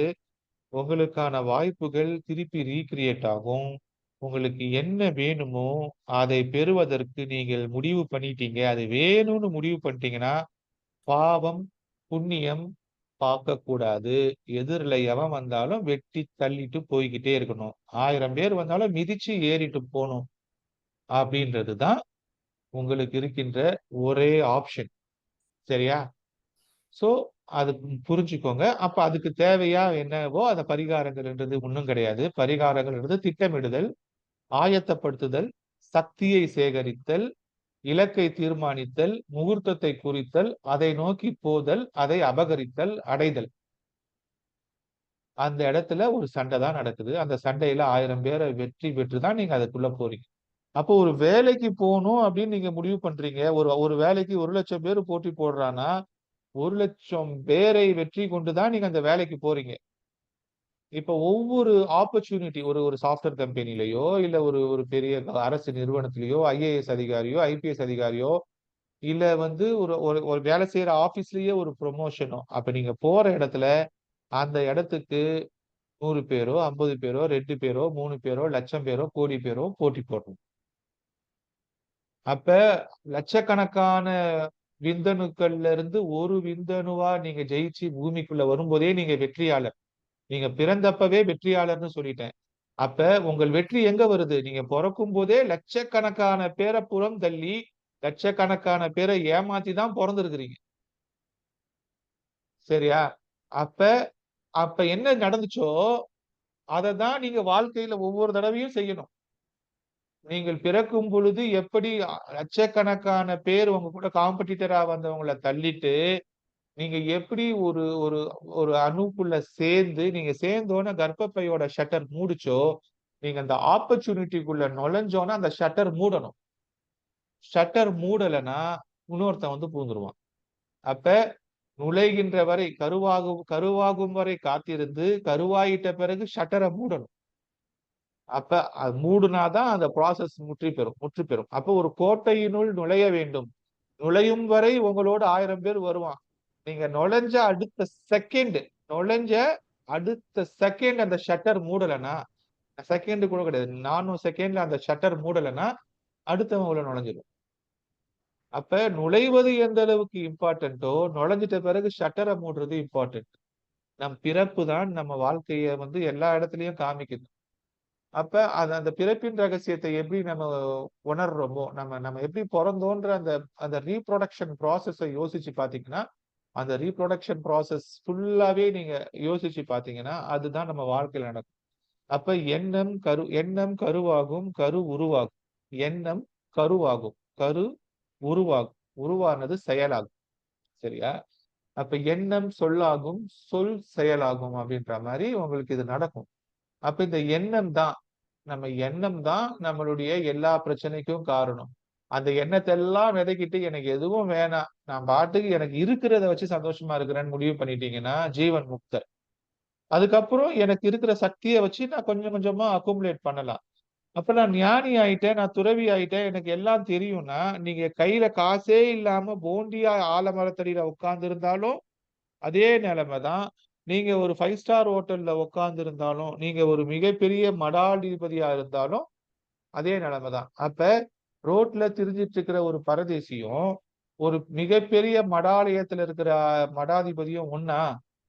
ஆனா 2 பேருமே துறவுல தான் இருக்கிறாங்க. சரியா? அப்ப இந்த மடாலயத்துக்கு லட்சக்கணக்கான சொத்து இருக்குது, ஆயிரக்கணக்கான ஏக்கர் இருக்குது, 100, 200 கோயில் இருக்குது, பணிபுரிய சேவகர்கள் இருக்கிறாங்க. அப்ப அந்த மடாலயத்துல துறவுல இருக்கிற அந்த ஆன்மீகவாதிகளும் எதுவுமே இல்லாம கோயில் வாசல்ல ஏதாச்சும் திண்ணையில ஆலமரத்துல பரதேசிகளா திரியிறவங்க எல்லாம் ஒண்ணானா ஒரே கேட்டகரி கிடையாது. ஆனா அவங்க துறவுல இருக்கிறது. அப்ப அந்த மனப்பான்மை நம்ம இருக்கிறதுக்கும் பணத்துக்கும் சம்பந்தம் கிடையாது. நம்ம பணத்தோட இருக்கணும்னா பணத்தோட இருக்கலாம். பணம் இல்லாம இருக்கணும்னா பணம் இல்லாம இருக்கலாம். ஆனா நம்ம ஜீவன் முக்தரா இருக்கணும். நம்மளோட நோக்கம், நம்மளுடைய இலக்கு தெளிவாக இருக்கணும். நமக்கு வந்து மல்டிபிள் ஆசைகள், மல்டிபிள் தேவைகள் இருந்துச்சுன்னா, அத ஒண்ணு ஒண்ணா சரி பண்ணணும். அப்ப நமக்கு இருக்கிற முடிச்சுகள் காம்ப்ளிகேட்டடா இருக்கும். அப்ப ஒரு நூல்ல முடிச்சு விழுந்தா மாரி நமக்கு முடிச்சு இருக்கும். அந்த முடிச்ச கழட்டுறது, முடிச்ச விக்கி. நம்ம ஒவ்வொருத்தரும் முடிச்ச விக்கி தான். அப்ப நம்ம ஒவ்வொருத்தரும் அந்த முடிச்ச அவுத்து சரி பண்றா மாரி, சிக்கலான விஷயத்த ஸ்ட்ரெய்ட் பண்றா மாரி, இறுகலான விஷயத்த நேர் பண்றா மாரி, அப்ப பல்வேறு டாஸ்க் இருக்கு நமக்கு. குறுகிய கால இலக்குகள், நீண்ட கால இலக்குகள், தற்கால பிரச்சனைகள், நீண்ட கால பிரச்சனைகள். அப்ப எல்லாத்துக்கும் முதல்ல அமைதியா இருந்தா தான் சரியாகும். அமைதியா இருக்கணும். ஆப்பர்ச்சுனிட்டீஸ வெயிட் பண்ணணும். சக்திய கூட்டணும். சண்டைக்கு போணும். திட்டமிடணும். வெற்றி பெறணும். எதிராளி நம்மை விட வலுவானவன் என்பதை உணர்ந்து கொள்ள வேண்டும். எதிராளி நம்மை விட உணர்ந்த வலுவானவன். அப்ப நம்ம அந்த வெற்றியை பெறணும்னா பிளான் ஏ என்ன, பிளான் பி என்ன, பிளான் சி என்ன, பிளான் டி என்னன்னு இருக்கணும். ஆனா எந்த விஷயத்தையும் எக்ஸிக்யூட் பண்ணாம பிளான் ஏவை மட்டுமே நம்பி போகணும். There is no plan B. Plan A தான் நடக்கணும். ஆனா பிளான் ஏ நம்ம கட்டுப்பாட்டுல இல்லைன்னா பிளான் பி தானா நடக்கணும். ஆனா நம்ம பிளான் பிக்கு இடம் கொடுக்க கூடாது. சம்டைம்ஸ் நம்ம பிளான் பிக்கு இடம் கொடுத்தோம்னா பிளான் ஏ நடக்காது, பிளான் பியும் நடக்காது, பிளான் சியும் நடக்காது, தோத்துருவோம். அப்ப நம்ம திட்டமிடும் பொழுது plan A, plan B, plan C திட்டமிடணும். ஆனா plan A, plan B, plan C இருக்குதுன்றது நம்மளே மறந்துடணும். அது தானா நீங்க செத்துட்ட பிறகு இது நீங்க இல்ல பிளான் பி கொண்டு வான்னு நீங்க சொல்லக்கூடாது. நீங்க அங்க இல்லைன்னா தான் பிளான் பி நடக்கணும். அப்ப ஏன் இத சொல்றேன்னா, நம்ம மாற்று திட்டங்கள் போட்டோம்னா நம்ம சீக்கிரமா வந்து அத கிவ் அப் பண்ணிடுவோம். இந்த திட்டம் வேலைக்கு ஆகல, வேற பண்ணுவோம் அப்படின்ற ஒரு முடிவுக்கு வந்துடும். அப்ப there is no plan B. Plan A தான். Plan A, team A. ஒரு திட்டம் தான், ஒரு டீம் தான். இந்த டீமை வச்சு இதை வெற்றி பெறணும். அதுக்கு என்ன தேவையோ அதை செய் அப்படின்ற ஒரு முடிவுக்கு வந்துட்ட பிறகு அந்த பிளான் பி பத்தி யோசிக்க கூடாது. ஆனா பிளான் பி இருக்கணும். சரியா? அப்படி பண்ணும் பொழுது நம்ம ஜெயிக்க முடியும். அப்ப நமக்கு என்ன தேவை அப்படின்றத முடிவு பண்ணிட்டா, நான் ரொம்ப பெருசாலாம் ஆசைப்படல. எனக்கு ஒரு சின்ன நோய் இருக்கு. எனக்கு கொஞ்சோண்டு கடன் இருக்குது. இதுக்கு போய் இவ்வளவு பெரிய இதெல்லாம் சொல்றியடான்னு நினைச்சீங்கன்னா ஃபைன். உங்களுக்கு திருப்பி உங்களுக்கு பெரிய ஆசைகள் இல்ல, உங்களுக்கு பெரிய எதிர்பார்ப்பு இல்லைன்னா இட் இஸ் ஃபைன். நான் சொல்றது ரொம்ப பெரிய ஓவர் சிலபஸ், ரொம்ப ஹெவியான சிலபஸ சொல்ற, அது எனக்கு தேவையில்லை. நான் ஆல்ரெடி சாக போற நிலைமையில இருக்கிறேன். Already I am year 70. எனக்கு இது தேவையாடா அப்படின்னு நீங்க கேட்டுக்கிட்டீங்கன்னா தேவைதான். ஏன்னா கண்டிப்பா நீங்க திருப்பி பிறக்கிறதுக்கோ, கண்டிப்பா நீங்க இந்த பிறவியை விட்டுட்டு போறதுக்கோ ஒரு முடிவு எடுக்கணும். விட்டுட்டு திருப்பி நான் பிறக்கணும்னு ஒண்ணு முடிவு எடுக்கணும். இல்ல நான் இதுக்கு போதும்னு ஒரு முடிவு எடுக்கணும். அப்ப இருக்கிற கொஞ்ச நாள்ல நான் விட்டுட்டு போகணும்னு முடிவு பண்றேன்னா, திருப்பி வரணும்னு நான் முடிவு பண்றேன்னா, அப்ப திருப்பி வரணும்னா இப்பயே இங்க என்ன கிரவுண்ட் ஒர்க் பண்ணணும், இப்ப இங்கேயே என்னென்னலாம் செட் பண்ணிட்டு திருப்பி நான் வரணும் அப்படின்றதையும் நம்ம பிளான் பண்ணணும். பண்ண முடியுமானா பண்ண முடியும். சரியா? அப்ப இந்த ஜீவன் முக்தர் நிலைக்கு போற அந்த விஷயத்துக்குள்ள வாங்க. ஒரு அருமையான வசனம் ஒண்ணு உங்களுக்கு சொல்றேன். இந்த வசனம் வந்து இன்னைக்கு வந்து மழைப்பொழிவு அப்படின்ற ஒரு விஷயத்துல ஜீசஸ் சொல்றாரு. பேறு பெற்றோர்ன்ற டாபிக்ல ஏழையரின் உள்ளத்தோர் பேறு பெற்றோர். ஏழையரின் உள்ளத்தோர் பேறு பெற்றோர், ஏனெனில் விண்ணரசு அவர்களுக்கு உரியது. இது ஒரு சென்டென்ஸ், ஞாபகம் வச்சுக்கோங்க. ஏழையரின் உள்ளத்தோர் பேறு பெற்றோர், ஏனெனில் விண்ணரசு அவர்களுக்கு உரியது. அடுத்த பாயிண்ட் என்ன சொல்றாரு? துயருருவோர் பேறு பெற்றோர், ஏனெனில் அவர்கள் ஆறுதல் பெறுவர். இன்னைக்கு கஷ்டப்படுறான், ரொம்ப கஷ்டப்படுறான். துயருருவோர் பேறு பெற்றோர், எல்லாத்தையும் அவர் பேறு பெற்றோர்னு தான் சொல்றாரு. அதாவது ஒருத்தன் கஷ்டப்படுறான், எந்த ஸ்டேட்ல இருந்தாலும் அவனை பேறு பெற்றோர்ன்றாரு.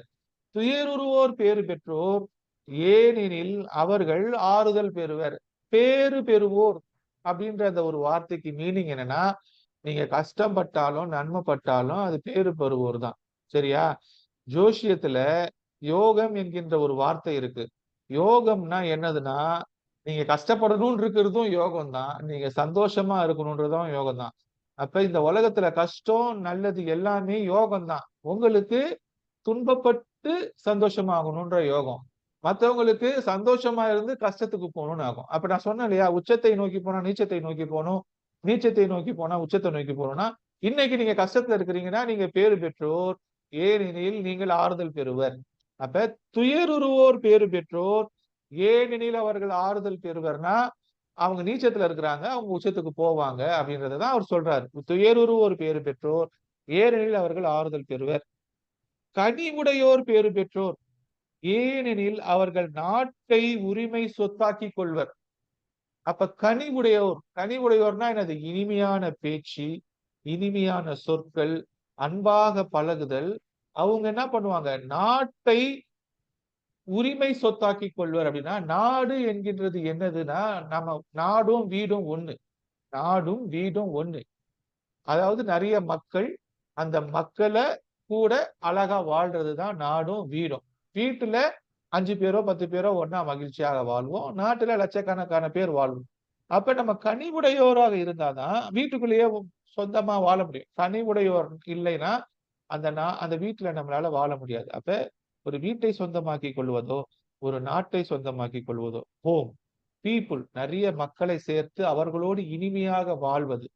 கனிவுடையோர் பேறு பெற்றோர், ஏனெனில் அவர்கள் நாட்டை உரிமை சொத்தாக்கி கொள்வர்னா என்ன மீனிங்னா, நீங்க கனிவு இல்லைன்னா உங்களால ஒரு குரூப் ஆஃப் பீப்புள்ல இருக்க முடியாது, ஒரு டீம்ல இருக்க முடியாதுன்றதுதான் மீனிங். கனிவுடையோர் பேறு பெற்றோர், ஏனெனில் அவர்கள் நாட்டை உரிமை சொத்தாக்கி கொள்வர்.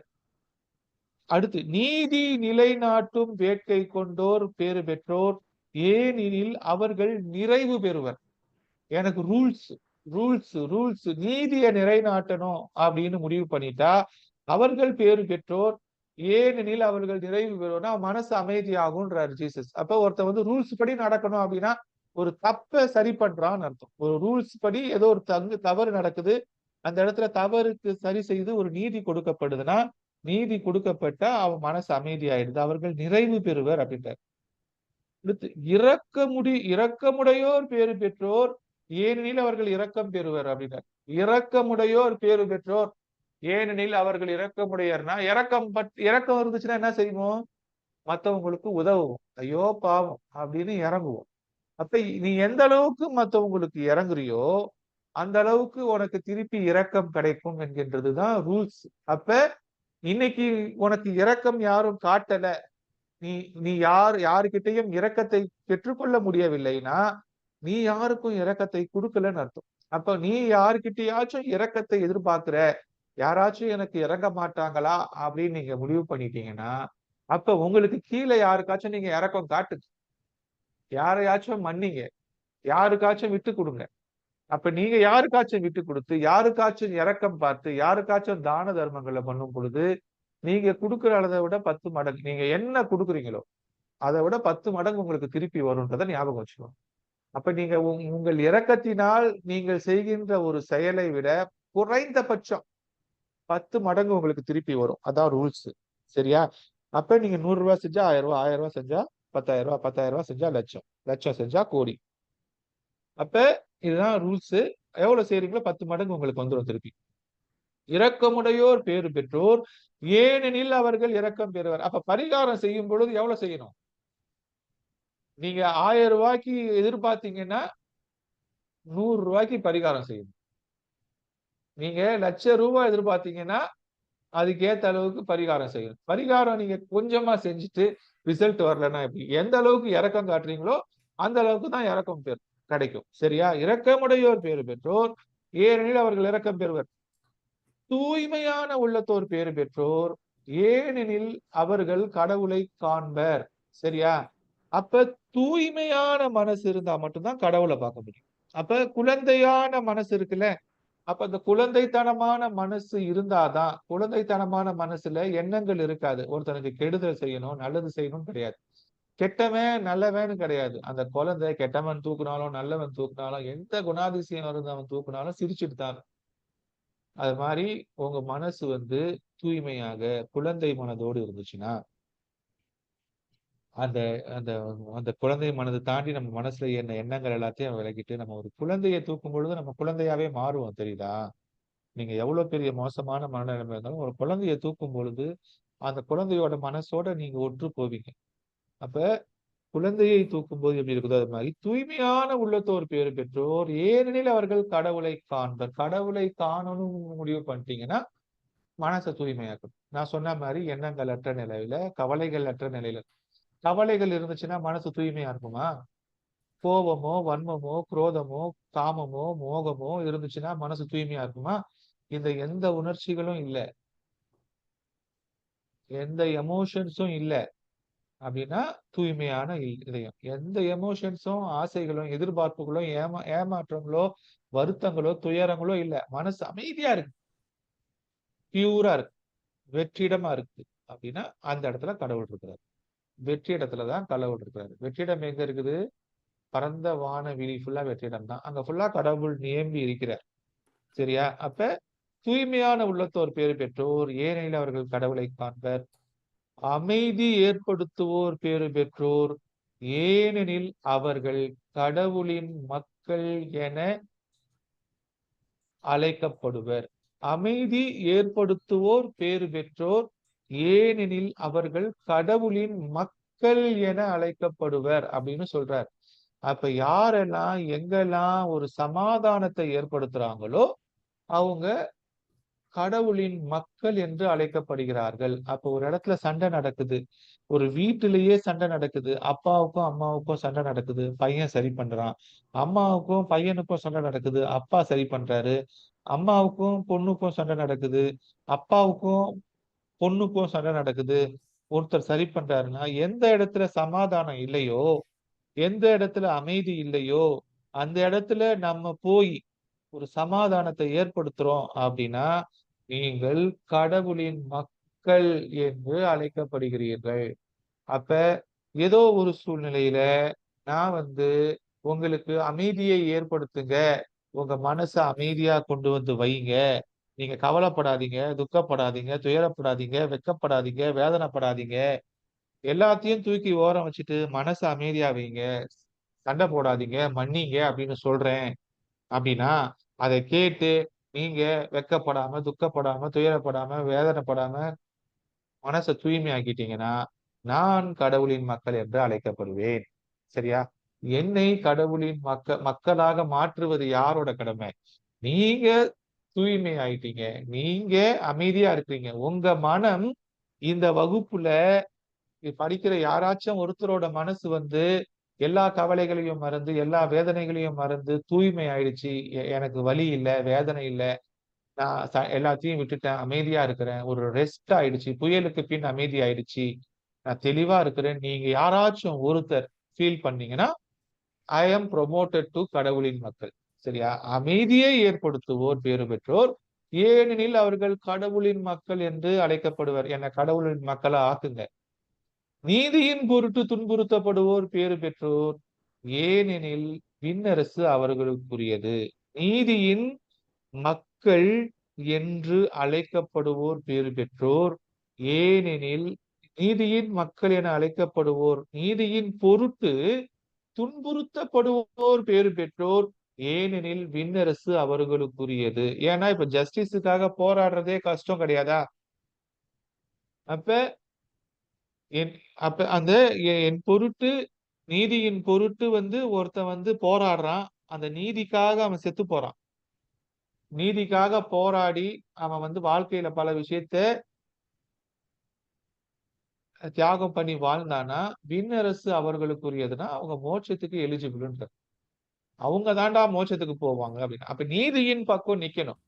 ஒரு விஷயம் நல்லதோ கெட்டதோ நீதியின் பக்கம் நிக்கிறவன் தான்டா மோட்சத்துக்கு போவான் அப்படின்னு இந்த இடத்துல சொல்லப்பட்டு. அப்ப நீதியின் பொருட்டு துன்பப்படுவோம். அப்போ ஒரு ஒரு நல்ல விஷயத்துக்காக ஒரு குட் காஸ்க்காக போராடி அதுக்காக துன்பப்படும் பொழுது அதற்காக ஒரு சில பொருள் இழப்புகளையோ வேற எதையோ இழப்புகளையோ தன்னுடைய உயிரையோ கூட கொடுக்கும் பொழுது விண்ணரசு அவர்களுக்குரியது அப்படின்றாரு. ஃபைனலா என்ன சொல்றாரு? என் பொருட்டு மக்கள் உங்களை இகழ்ந்து துன்புறுத்தி உங்களை பற்றி இல்லாதவை பொல்லாதவையெல்லாம் சொல்லும் பொழுது நீங்கள் பேறு பெற்றவர்கள், மகிழ்ந்து பேருவகை கொள்ளுங்கள். ஏனெனில் விண்ணுலகில் உங்களுக்கு கிடைக்கும் கைமாறு மிகுதியாகும். இவ்வாறே உங்களுக்கு முன்னிருந்த இறைவாக்கினர்களையும் அவர்கள் துன்புறுத்தினார்கள் அப்படின்னு முடிக்கிறார். அதாவது இந்த இடத்துல என்ன மீனிங்னா, நீங்க இறைவனாக ஒருத்தரை ஏத்துக்கிட்டீங்க. அது ஜீசஸா இருக்கலாம், அது முருகனாக இருக்கலாம், சிவனாக இருக்கலாம், அல்லது விஷ்ணுவாக இருக்கலாம். அப்ப தசாவதாரத்துல கவனோட ஃபர்ஸ்ட் அவதாரத்துல ஹரிக்கும் சிவனுக்கும் போட்டி கரெக்டா? அப்ப ஆழ்வார்களுக்கும் நாயன்மார்களுக்கும் இருக்கிற சண்டை. அப்ப அரசன் சிவத்தன்மையில இருக்கிறான், கமலஹாசன் ஹரித்தன்மையில இருக்கிறார். அப்ப கல்லை மட்டும் கண்டால் கடவுள் கிடையாது, கடவுள் மட்டும் கண்டால் கல்லடி தெரியாது அப்படின்ற அந்த பாட்டுல அவர் அந்த அந்த ஹரிபக்திக்காக உயிரை கொடுக்கிறார். அது மாதிரி சிவபக்திக்காக உயிரை கொடுத்தவர்கள் இருக்கிறார்கள், முருக பக்திக்காக உயிரை கொடுத்தவர்கள் இருக்கிறார்கள், இயேசு கிறிஸ்துவுக்காக உயிரை கொடுத்தவர்கள் இருக்கிறார்கள், இஸ்லாத்திற்காக உயிரை கொடுத்தவர்கள் இருக்கிறார்கள். இன்றும் அவர்கள் என்ன பண்றாங்க? தீவிரவாதிகள் என்று அறியப்படுகிறார்கள். அப்ப ஒரு கடவுளின் தன்மையில ஒரு கடவுளுக்காக சாகிறது அப்படின்னு ஒரு முடிவு பண்ணிட்டீங்கன்னா அது தீவிரவாத தன்மைதான். ஆனா அது தேவையா அப்படின்னா அது தேவையில்லைன்னு தான் நான் சொல்லுவேன். நான் நேத்து என்ன சொன்னேன் கிளாஸ்ல? கடவுளுக்காக ரொம்ப ஒரு லெவலுக்கு மேல பைத்தியக்காரனா இருக்காதீங்க, கடவுளுக்குமாக உயிரை கொடுக்காதீங்கன்னு. ஆனா இந்த இடத்துல என்ன சொல்றாங்க? என் பொருட்டு மக்கள் உங்களை இகழ்ந்து, என் பொருட்டு மக்கள் உங்களை இகழ்ந்து உங்களை துன்புறுத்தி உங்களை கொன்னா கூட உங்களை பண்ணா நீங்க பேரு வகை கொள்ளுங்கள், நீங்க செத்துட்டா உங்களுக்கு மோட்சம் கிடைக்கும் அப்படின்ட்டு சொல்றாங்க. அப்ப இதுதான் ரொம்ப கிரிட்டிக்கலான பாயிண்ட். அப்ப இன்னைக்கு நடக்கிற இஸ்லாத்துல நடக்கிற டெரரிசம்ஸ் எல்லாம் அல்லாஹ் உன்னை காப்பாத்துவாரு. நீ அல்லாவுக்காக சண்டை போட்டு சாவு, நீ அனுமாருக்காக சண்டை போட்டு சாவு, நீ ராமுக்காக சண்டை போட்டு சாவு, நீ ஜீசஸுக்காக சண்டை போட்டு சாவுன்ற இந்த ஒரு விஷயம் இன்னைக்கு உலகத்துல நடக்குதுல்ல, இது முழுக்க முழுக்க அரசியல். இது முழுக்க முழுக்க முழுக்க அரசியல். இப்படி சாவுறது கிடையாது. சாவுறது ஒரு உயிரை கொடுத்துக்கிறதுன்றது ஒரு இறைவன் ஒருத்தரை பின்பற்றீங்க, அதற்காக நீங்க அவரை பின்பற்றும் பொழுது ஒரு நீதியின் பொருட்டு நீங்க ஒரு வேலையை செய்றீங்க. ஒரு தாழ்த்தப்பட்ட மக்களுக்கு போராடுறீங்க, இல்ல யாருக்கோ ஒரு ஜஸ்டிஸுக்காக போராடுறீங்க. ஏதோ ஒரு தீயது நடக்குது, உலகத்தின் பார்வையில் அறியப்பட்ட ஒரு விஷயம் தீயது, அந்த தீயதை தடுத்து நீங்க போராடுறீங்க அப்படின்னா நீங்கள் கடவுளின் மக்கள். அந்த மாதிரி போராடும் பொழுது உங்கள் உயிரோ பொருளோ இழப்புகளோ ஏற்பட்டா உங்களுக்கு விண்ணரசு உரியது. சரியா? அப்படின்னா இது எப்படி இருக்கும் அப்படின்னா, இந்த உலகத்துல எப்படி நிறைய ஊர் இருக்குது, நிறைய டவுன் இருக்குது பூமின்றது ஹாஸ் அ ஹோல் ஒண்ணுதான்ல. அப்ப பூமியில எப்படி பல நாடுகள் இருக்கிற மாதிரி, பூமியில எப்படி பல சிட்டிஸ் இருக்கிற மாதிரி, பூமியில நிறைய வீடுகள் இருக்கிற மாதிரி விண்ணுலகமும் ரொம்ப பெருசு. அப்ப ஒரே ஐடியாலஜில இருந்து அந்த ஐடியாலஜிக்காக சாகுற ஆத்துமாக்கள் எல்லாம் ஒரு குரூப்பாவே இருக்கு. சரியா? அப்ப வைகுண்டம் என்கின்றது வைணவர்களின் மோட்சம், கைலாயம் என்பது சிவனை நம்புகிறவர்களின் மோட்சம், பரலோகம் மோட்சம்னு சாதாரணமா சொல்றது ஜீசஸ் நம்புறவங்களுக்கு ஒரு மோட்சம். அப்ப மறு உலகம் புராண நம்புறவங்களுக்கு ஒரு மோட்சம் இருக்குதானா? அப்படி இருக்குதுன்னே இமேஜின் பண்ணுங்க. இப்ப விஷ்ணுவை கும்பிடுறவங்க எல்லாம் வைகுண்டத்துக்கு போகணும்னு தான் ஆசைப்படுறாங்க. விஷ்ணு எங்க இருக்கிறாரோ அங்க போகணும்னு ஆசைப்படுறாங்க. ஃபார் எக்ஸாம்பிள் அப்படி வச்சுக்கோங்க.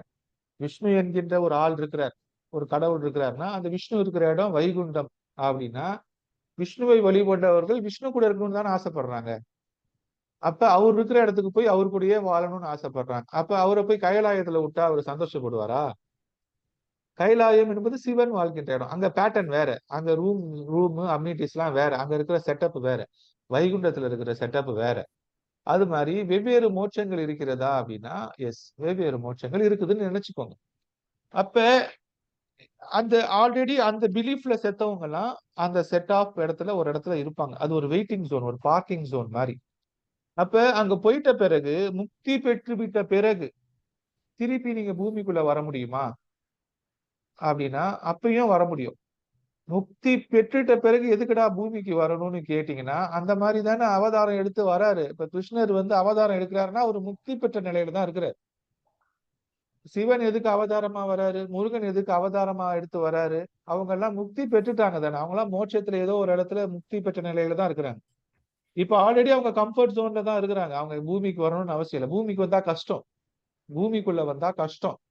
அப்ப ஒரு கம்ஃபர்ட் ஜோன்ல இருந்து திருப்பி ஒரு இறைவனே பூமிக்குள்ள வராருன்னா அவர் ஏதோ கஷ்டப்படதான் வராரு, ஏதோ சரி பண்ணதான் வராரு. அப்ப நீங்க மோட்சத்துக்கு போயிட்ட பிறகு கூட திருப்பி நீங்க பூமிக்குள்ள வர முடியும்.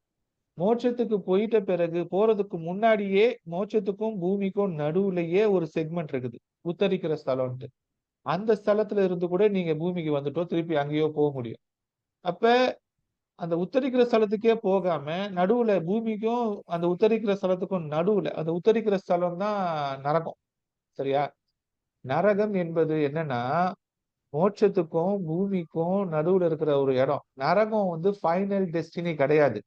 என்ன ஆனாலும் மோட்சத்துக்கு போறதுதான் டெஸ்டினி. நரகத்துக்கு போயிட்ட பிறகு திருப்பி நீங்க மோட்சத்துக்கு தான் போவீங்க.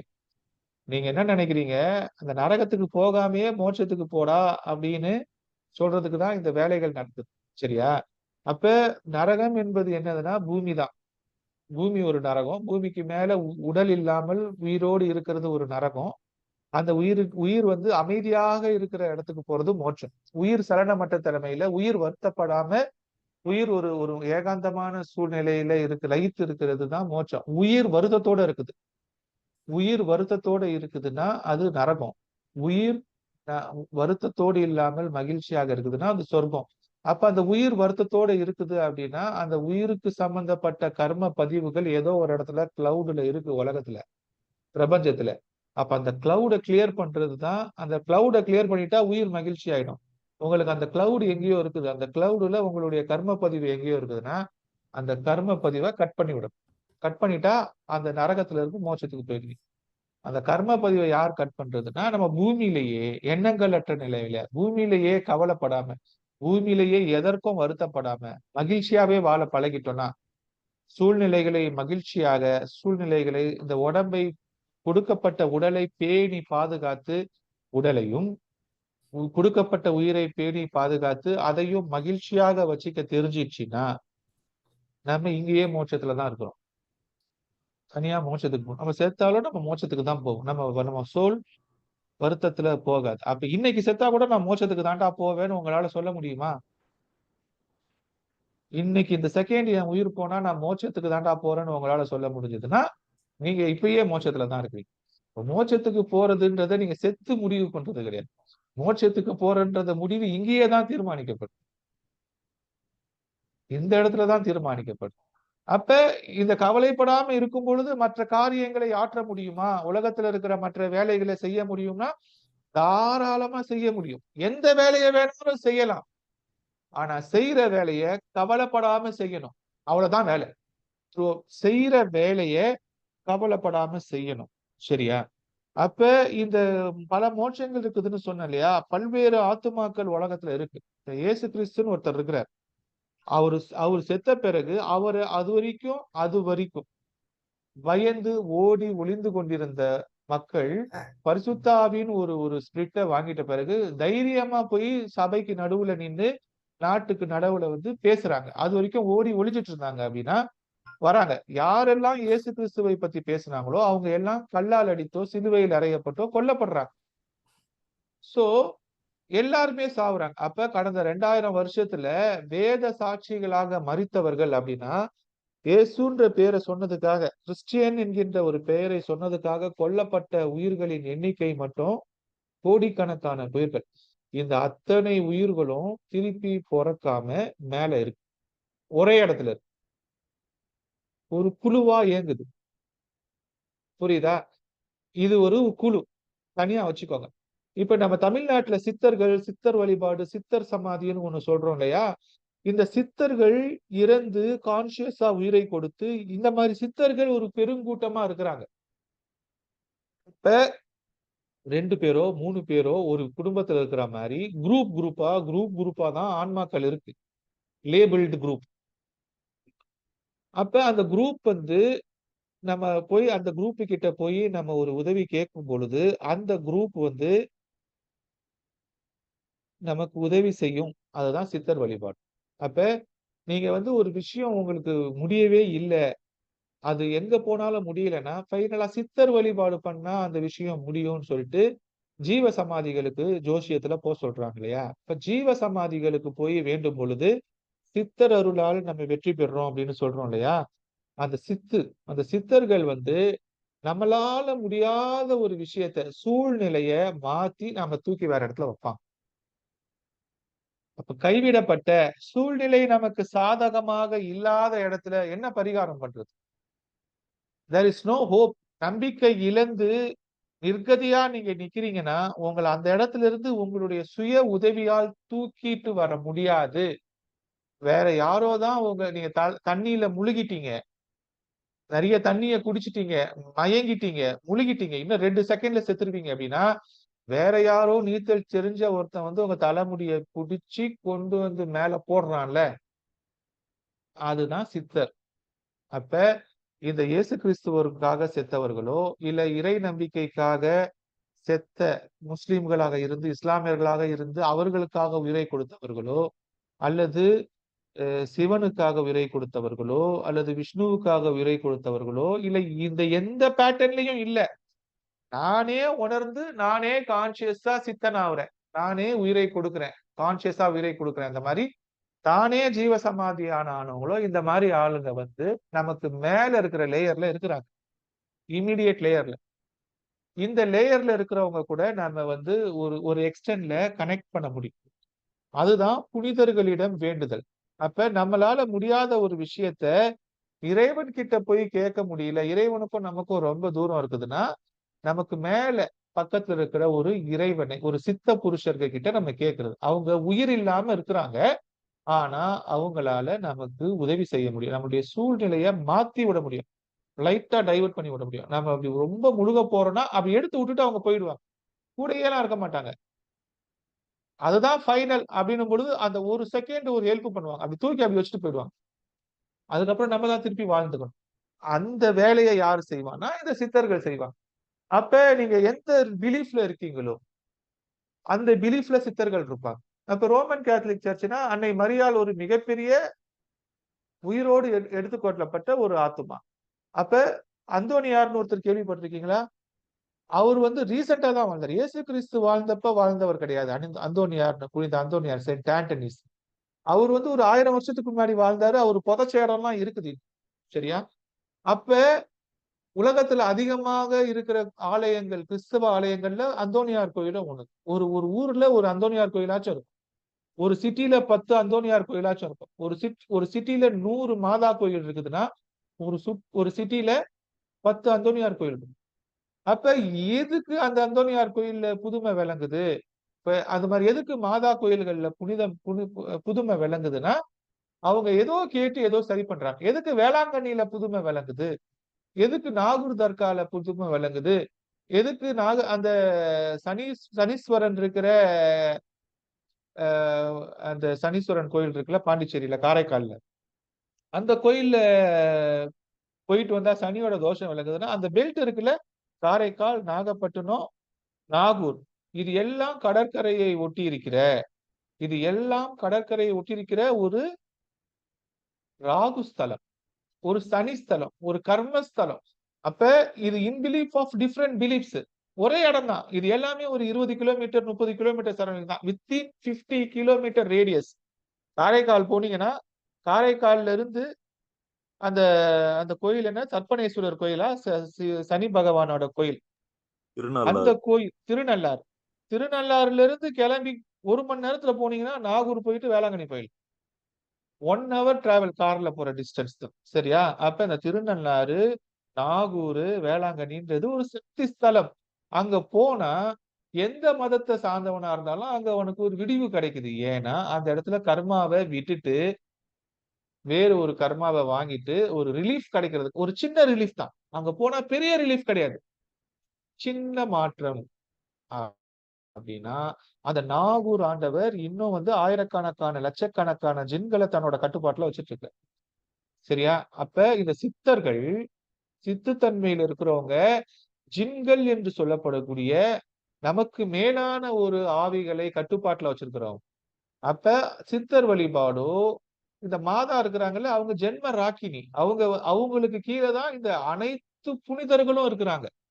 அதாவது ஜீசஸ நம்பி செத்தாங்கல்ல, கோடி பேர் செத்தாங்கன்றாங்கல்ல, அந்த கோடி பேருக்கும் ராக்கினி அவங்கதான். ராக்கினினா ராணி அவங்கதான். அதனாலதான் உலகம் ஃபுல்லா மாதா கோயில் அதிகமா இருக்கு. சரியா? அப்ப இந்த சித்தர்கள் தனியா இருக்க மாட்டாங்க. இந்த சித்தர்கள் தனக்கு கூட ஒரு படைபலத்தோடு இருப்பாங்க. அந்த ஒவ்வொருத்தரும் தான் சொன்னா ஏவல் செய்யறதுக்கு யட்சணிகளை தேவதைகளையோட இருப்பாங்க. அவர்களால் பஞ்சபூதங்களை கட்டுப்படுத்த முடியும். பஞ்சபூதங்களை ஒரு இடத்துல ஸ்டாப் பண்ண முடியும். ஆனா அவங்க எப்போதும் ஸ்டாப் பண்ணிட்டு இருக்கிறாங்களான்னா பண்ணக்கூடாது. ஏன்னா உலகம் தன்னுடைய போக்குல இயங்கிட்டு இருக்கணும். அப்ப நீங்கள் முழுகும் பொழுது, நீங்க ட்ரவுன் ஆகும் பொழுது, நீங்கள் கையை தூக்கும் பொழுது, அதாவது அந்த திரௌபதி வந்து அந்த துகில உரியும் பொழுது அது வரைக்கும் அவ பண்ணல. அவ அவதான் தன்னுடைய மானத்தை காப்பாத்திக்க முடியறா. ஒரு எக்ஸ்டென்ட்ல நீங்க முடியல, கண்ணா என்ன காப்பாத்துன்னு கையை தூக்கும் பொழுதுதான் கிருஷ்ணர் வந்து காப்பாத்து.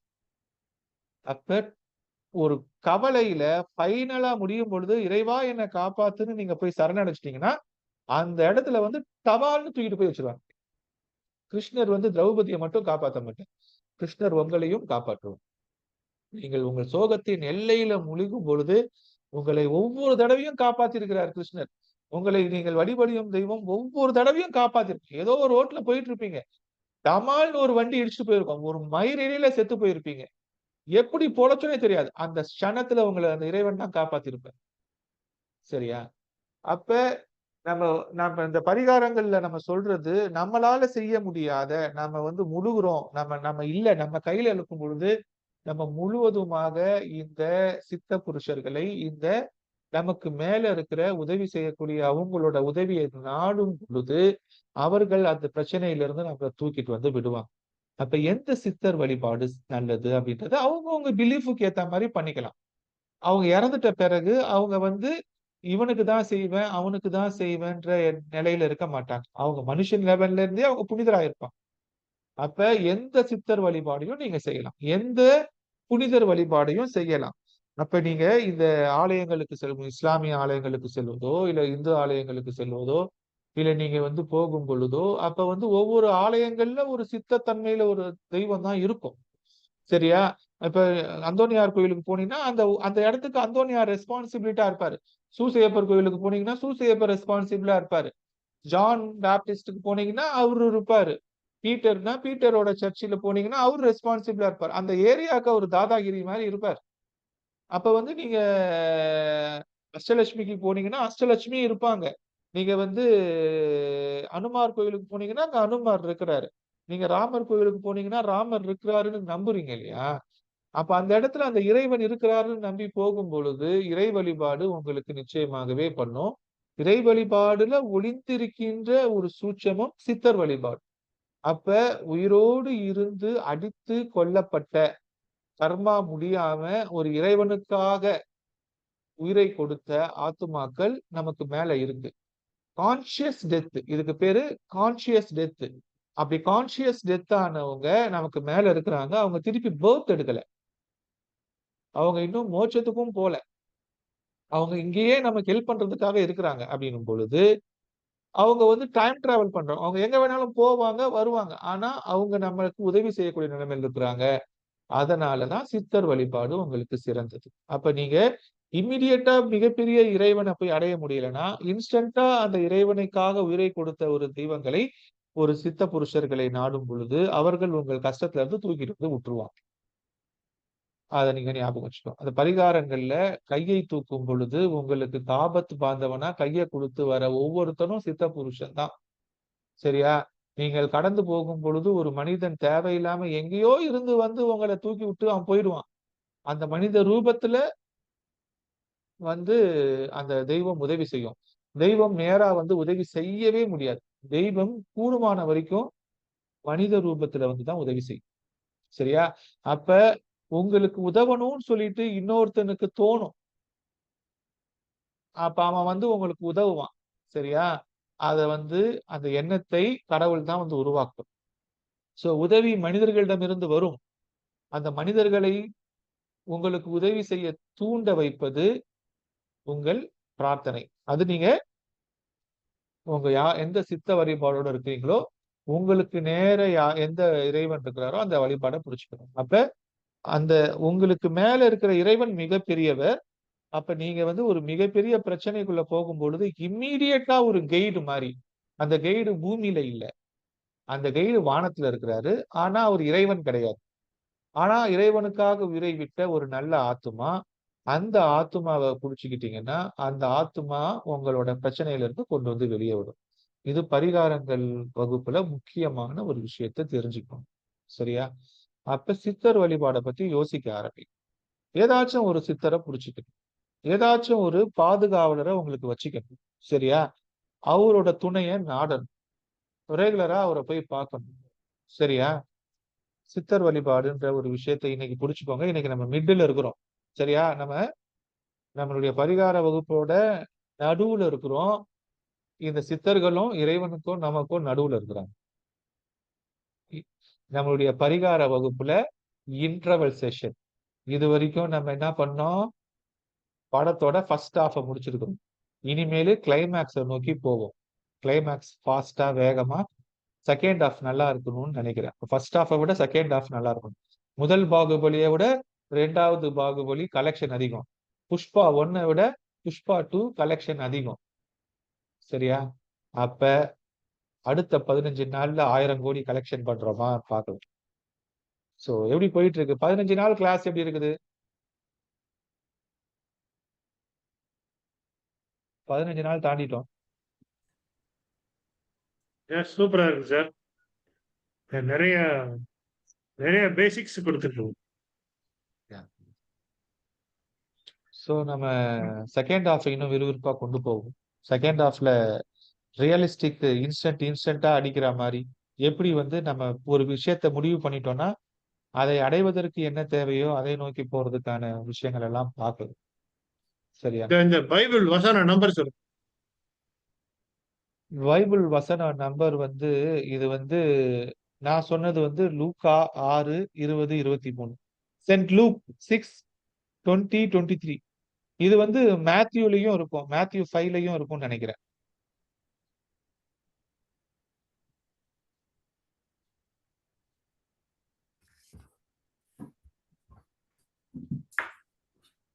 Thank you sir. கேண்டில் எடுத்துக்கோங்க. சோ எல்லாரும் ஒரு சித்தரை பிடிச்சிருங்க.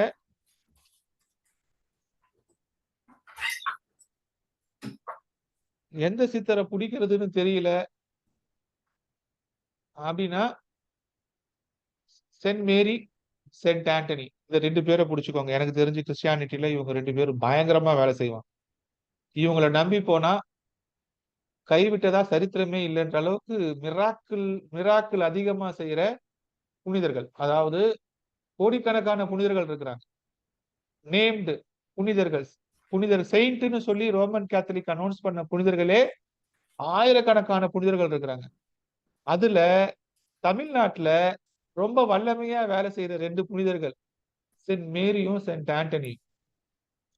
அவங்கள பிடிச்சுக்கோ. அவங்களுடைய ஆலயங்களுக்கு போனீங்கன்னா தீராத பிரச்சனை தீரும். ஏங்க சார்? சென்ட் மேரிஸ் சர்ச், எந்த சென்ட் மேரிஸ் சர்ச் ஆச்சும் இருக்கலாம், இல்ல சென்ட் ஆண்டனிஸ் சர்ச். எங்க சார் இன்னொரு கொஸ்டின் கேட்கணும் சார். சொல்லுங்க. ஒவ்வொரு நட்சத்திரத்துல ஒவ்வொருத்தர் பிறந்திருக்கிறோம் இல்லைங்க சார்? ஆமா. அப்ப அந்தந்த நட்சத்திரத்துக்கு ஒவ்வொரு சித்தர்கள் இருக்கிறாங்க இல்லையா? அவங்கள கூட எடுத்துக்கலாம் இல்லையா? தாராளமா வணங்கலாம். Okay sir. Thank you sir. அந்த சித்தர்களை வணங்கலாம். எந்த சித்தர்களையும் வணங்கலாம். ஓகே. சரியா? அதாவது நீங்க ஆலயத்துல போறீங்கல்ல, அந்த ஆலயத்துக்குள்ளேயே ஒரு சித்தர் தான் இருப்பார். இப்ப நீங்க சென்னையில காளிகாம்பாள் கோயில் இருக்குது இல்லையா? கேள்விப்பட்டிருக்கீங்களா? ஆமாங்க சார், கேள்விப்பட்டிருக்கேன். ஆர்மீனியன் ஸ்ட்ரீட்ல ஹைகோர்ட்டுக்கு எதிரில இருக்குது. அந்த காளிகாம்பாள் கோயில் இருக்கிற ஸ்ட்ரீட்டோட என்ட்ரன்ஸ்ல தான் சென்ட் மேரிஸ் பேசிலிக்கா இருக்கு. அந்தோனியார் கோயில் இருக்கு. அது வந்து சென்ட் மேரிஸ் பேசிலிக்கா தான். அந்த அந்த அது ஒரு மாதா கோயில். அந்த கோயிலும் அந்த காளிகாம்பாள் அம்பாள் கோயிலும் ஒரே தெருவுல தான் இருக்கு. சரியா? நீங்க வந்து காளிகாம்பாள் கோயிலுக்கு போனாலும் உங்களோட வேலை நடக்கும். சென்ட் மேரிஸ் கோயிலுக்கு போனாலும் வேலை நடக்கும். இப்ப சென்ட் மேரிஸ் கோயில்ல ஒரு அந்தோனியார் சிலையை வச்சு அது புதுமை விளங்குது. அது அந்தோனியார் கோயில்னு சொல்ல ஆரம்பிச்சிட்டாங்க. ஆனா அது சென்ட் மேரிஸ் பேசிலிக்கா தான். அங்க இயங்குற சக்தி மாதா தான். அப்படின்னா இப்ப எப்படி நான் திருநள்ளாறு, நாகப்பட்டினம், நாகூர் இது எல்லாம் ஒரு 50 கிலோமீட்டர் சர்க்கிள்ல ஒரு சக்தியா இருக்குதுன்னு சொன்னேன். அது மாதிரி அந்தோனியார், அந்த சென்ட் மேரிஸ் பேசிலிக்கா, காளிகாம்பாள் கோயில் ஒரே சக்தி தான். நீங்க பெசன்ட் நகர் போனீங்கன்னா கடற்கரை அந்த சைடு திரும்பி கொஞ்ச தூரம் தள்ளி போனீங்கன்னா எவ்வளவு 1 கிலோமீட்டர் கூட கிடையாது, 500 மீட்டர் அடுத்த சந்துக்கு திரும்பி போனீங்கன்னா அஷ்டலட்சுமி கோயில் இருக்கும். இந்த இடத்துல மாதா கோயில் இருக்கும். பெசன்ட் நகர் வேளாங்கண்ணி மாதா கோயில் இருக்கும். ஒரே சக்தி தான், லேபிள் தான் வேற. சோ அதை நீங்க கிளியரா புரிஞ்சுக்கணும். மாதான்ற லேபிள் போட்டு இந்த இடத்துல இவங்க சக்தியை கொடுக்குறாங்க, அந்த இடத்துல அஷ்டலட்சுமிகள் இருக்கிறாங்க, அந்த இடத்துல அஷ்டலட்சுமிகள் தான் இருக்கிறாங்க. புரியுதா? சக்தி ஸ்தலங்கள், ஒரு இடத்துல ஒரு சக்தி இருந்து ஆட்சி செய்யும், வேலை செய்யும். மதுரைய மீனாட்சி ஆட்சி செய்யறா, சிதம்பரத்துல நடராஜர் ஆட்சி செய்யறார். சரியா? அது மாறாது, என்னைக்குமே மாறாது. மதுரைய கடைசி வரைக்கும் மீனாட்சி தான் ஆட்சி செய்வா. சிதம்பரத்தை என்னைக்கும் நடராஜர் தான் ஆட்சி செய்வார். மாறவே மாறாது. அது மாதிரி இந்த சக்தி ஸ்தலங்கள் மாறாது. அப்ப அந்த சக்தி ஸ்தலங்களை தேடி நம்ம போயிட்டோம்னா அங்க நமக்கு என்ன கிடைக்கும்னா முழுசா வாழ்க்கை மாறாது. அப்படி தூக்கி அப்படி பக்கத்துல வைப்பாங்க. ஒரு ஒரு மேஜர் பிரச்சனையே சரி பண்ணி ஒரு மடைமாற்றி விடுற வேலையை தான் செய்வாங்க. உயிரை விடாம காப்பாத்தி ஒரு ரூட்டை மட்டும் மாத்தி விடுவாங்க. ட்ரெயினோட ட்ராக்க மாத்தி விடுற மாதிரி உங்க ட்ராக்க மாத்தி விடுவாங்க. அவ்வளவுதான். அதுக்கு மேல அவங்க எதுவும் செய்ய மாட்டாங்க. ஏன்னா அவங்க நிறைய பேருக்கு செய்யணும். லட்சக்கணக்கான பேர் போறாங்க. லட்சக்கணக்கான பேருக்கும் அவங்க வந்து கூப்பிட்டு கூப்பிட்டு கூப்பிட்டு கூப்பிட்டு கூப்பிட்டு கூப்பிட்டு நிறைய கூடயே இருந்து செய்வாங்கன்னா கிடையாது. அவங்களுக்கு நிறைய வேலை இருக்குது. லோடு அதிகம் அவங்களுக்கு. எல்லாருக்கும் அவங்க செய்வாங்களான்னா கிடையாது. அப்ப அவங்களுக்கு தெரியும், நீ இன்னும் கொஞ்சம் கஷ்டப்படு அப்படின்னு விட்டு வைப்பாங்க. ஆனா நீங்க முழுகுறீங்கன்னு தெரிஞ்சீங்கன்னா கண்டிப்பா தூக்கி விட்டுருவாங்க. அப்ப நீங்க சித்தர் வழிபாடுக்கு போங்க. சக்தி ஸ்தலங்களை உணர்ந்து கொள்ளுங்கள். எந்த இடத்துல சக்தி இயங்குது, அந்த அந்த சக்தியை கிளியரா உணர்ந்துகிட்டா அந்த இடத்துக்கு நம்ம போலாம். அப்ப நான் பல தடவை நாகதோஷம் பண்ணிட்டேன், பல தடவை சர்ப்பசாந்தி பண்ணிட்டேன், எனக்கு இந்த இவ்வளவு பரிகாரம் பண்ணிட்டேன், எனக்கு சரியாகலைன்ற பிரச்சனைக்கெல்லாம் நம்ம அடுத்த நாட்கள்ல பதில் தேடுவோம். சரியா? மெழுகுவர்த்தி எரி. இன்னைக்கு நம்ம சொன்னதோட சாராம்சம் சித்தர் வழிபாடு.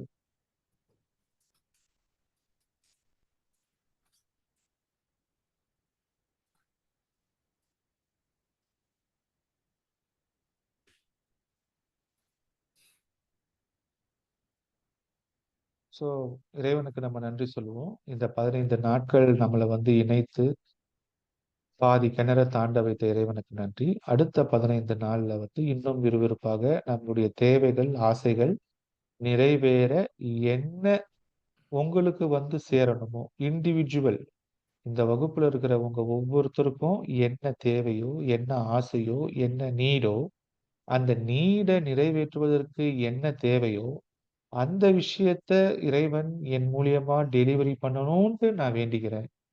நீங்களும் வேண்டிக்கோங்க. உங்கள் ஆசை நிறைவேற நானும் ஆத்மார்த்தமாக பிரார்த்தனை செய்து கொள்கிறேன். The purpose of the meeting வந்து உங்களுடைய தேவைகள், ஆசைகள் நிறைவேறுவது தான். அதுக்கப்புறம் உங்கள் மூலியமாக பல பேருக்கு அது நிறைவேறும். ஃபர்ஸ்ட் அது உங்களுக்கு நிறைவேறணும். ஃபர்ஸ்ட் நம்ம சாப்பிட்டு திருப்தியா இருக்கணும். நமக்கு போக தான் மத்தவங்களுக்கு குடுக்கணுன்ற ஒரு அடிப்படையில, இந்த வகுப்பு முடியும் பொழுது உங்களுடைய ஆசைகள், தேவைகள் நிச்சயமாக கஷ்டங்கள், துயரங்கள் நீங்கி, நீங்க ஒரு மகிழ்ச்சியின் மக்களாக, ஒளியின் மக்களாக, நிறைவின் மக்களாக வாழ்றதுக்காக தான் நான் பாடுபடுறேன். அதுக்காக தான் வேண்டுறேன். ஸோ ஒரு நிறைவு, ஒரு மகிழ்ச்சி, ஒரு அமைதி, ஒரு சமாதானம், ஒரு தெளிவு, ஒரு புதிய நம்பிக்கையோடு 2015ஐ நீங்கள் ஒவ்வொருவரும் துவங்குவதற்கு அடுத்த 15 நாட்களில் இறைவனும், பிரபஞ்சமும் நம்மை வழிநடத்த, ஒரு மனதோடு வழிநடத்த நம்ம வேண்டுவோம். நன்றி, வணக்கம்.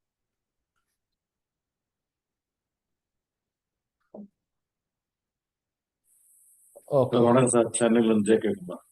சார் சொல்லுங்க சார். வணக்கம். இப்போ நமக்கு வந்து 9 கிரகங்கள் இருக்கு இல்லையா? ஆ. அதுல 9ல வந்து இந்த நட்சத்திரத்துல வந்து ஏதாவது ஒரு நட்சத்திரத்துல கிரகங்கள் நிக்காம இருக்கும். 9லுமே எல்லா கிரகங்களும் நிக்காது. ஏதாவது ஒரு 3, 4 இதுல வந்து நிக்காம இருக்கும். இப்போ வந்து எனக்கு பாத்தீங்கன்னா சுக்கிரன் 3 நட்சத்திரத்துல யாருமே நிக்கல. புதனோட 3 நட்சத்திரத்துல யாருமே நிக்கல. செவ்வாயோட 3 நட்சத்திரத்துல யாருமே நிக்கல. இப்போ அந்த காரகத்துவத்துல ஏதாவது ஒண்ணுத்துல வந்து ரொட்டீனா ஏதாவது ஒரு சம் ப்ராப்ளம்ஸ் சம் இது ஏதோ ஒண்ணு வந்துகிட்டே இருக்கும். வந்துகிட்டே இருக்கு, நானும் கவனிச்சுருக்கேன். அதுக்கு என்ன, அதை பத்தி நீங்க எப்படி ஃபீல் பண்றீங்கிறத தெரிஞ்சுக்கலாம். இல்ல நட்சத்திரங்கள்ல நிக்கல அப்படின்றது நம்ம ஒரு வேர்ல நிக்கல. இப்ப நட்சத்திரம்ன்றது வேறு.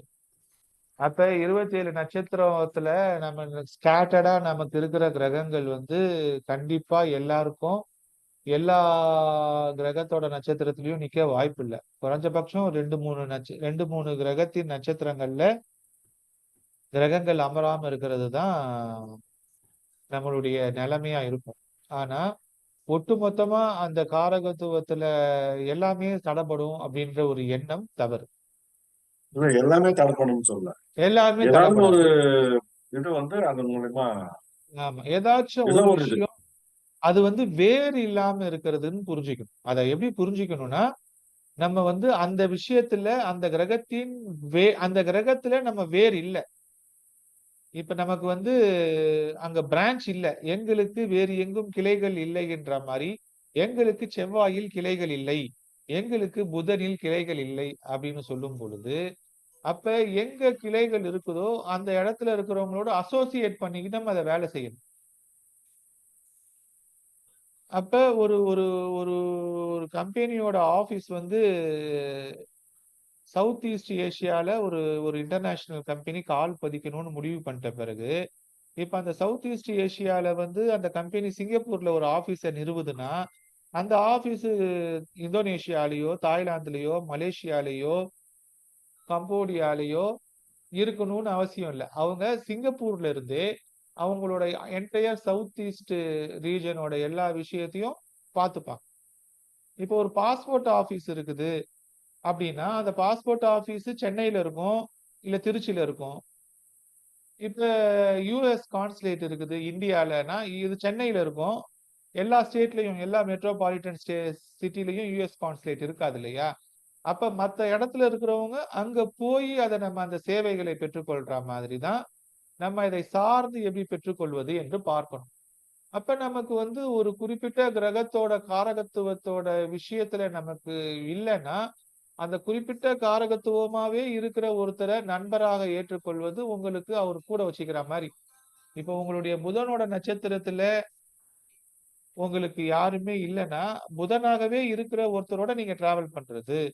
குருவோட நட்சத்திரத்துல யாருமே இல்லன்னா, குருவாகவே இருக்கிற ஒருத்தரோட டிராவல் அசோசியேட் ஆயிக்கிறது அப்படின்னும் பொழுது, அவர் மூலியமாக நீங்கள் உங்களுடைய விஷயத்தை சரி பண்ணிக்கிறீங்க அப்படின்னு அர்த்தம். அப்படி இல்லன்னா, அந்த அந்த காரகத்துவத்துல இருக்கிற ஒரு ஒரு மனைவியோ கணவனையோ அடையும் பொழுது 2 பேரும் தாம்பத்தியத்துல ஈடுபடும் பொழுது அந்த ரத்த சம்பந்தம் அது வந்து ஒரு வேர்களை பரப்புற ஒரு விஷயத்த செஞ்சிடும், காம்பன்சேட் பண்ணிடும். இதெல்லாம் ஈஸியா காம்பன்சேட் ஆகுற மெத்தட். அப்ப நம்ம வந்து ஒரு மனைவியாக ஆகி ஒரு தாம்பத்தியத்துக்குள்ள போக முடியல அப்படின்னா, உங்களுக்கு வேற வழியே இல்லைன்னா நீங்க அந்த அதுக்குள்ள இருக்கிற ஒரு நண்பர்களை உருவாக்கி கொள்வது, அவர்களோடு ஒரு ரத்த சம்பந்தத்துல இருக்கிறது நீங்க வாழ்வியல் பரிகாரத்துல வரும். உங்களுக்கு புரியுதான்னு தெரியல, இல்ல நான் தனியா புரியுது பேசுறேன். நான் இப்ப அததான் பண்ணிட்டு இருக்கேன். இப்போ ஆகாமி கிரகங்கள் அது பேர், நமக்கு ஆசை கொடுக்காத கிரகங்கள் அது பேர் வந்து ஆகாமி கிரகங்கள். இது நான் இப்ப அதான், இப்ப நீங்க வந்து முழுக்க முழுக்க புதனோட ஆதிக்கப்பட்டவர். இப்ப நான் உங்க கூட பயணிக்கிறேன். நீங்க எந்த கிளாஸ் போட்டாலும் அவங்க கூட நான் பயணிக்கிறேன்னா, அந்த புதனோட தன்மை வந்து எனக்கு இதாகும்ன்றது எனக்கு இது. அந்த மாதிரிதான் நான் வந்து இப்போ மனிதர்களையும் அந்த சுக்கிரன் செவ்வாய் புதன் ஆதிக்கம் உள்ளவர்களையும் பார்க்கிறேன். அதே நேரத்துல அந்த கோயில்களுக்கும் இப்போ வந்து அதிகமா போக ஆரம்பிச்சிருக்காங்க.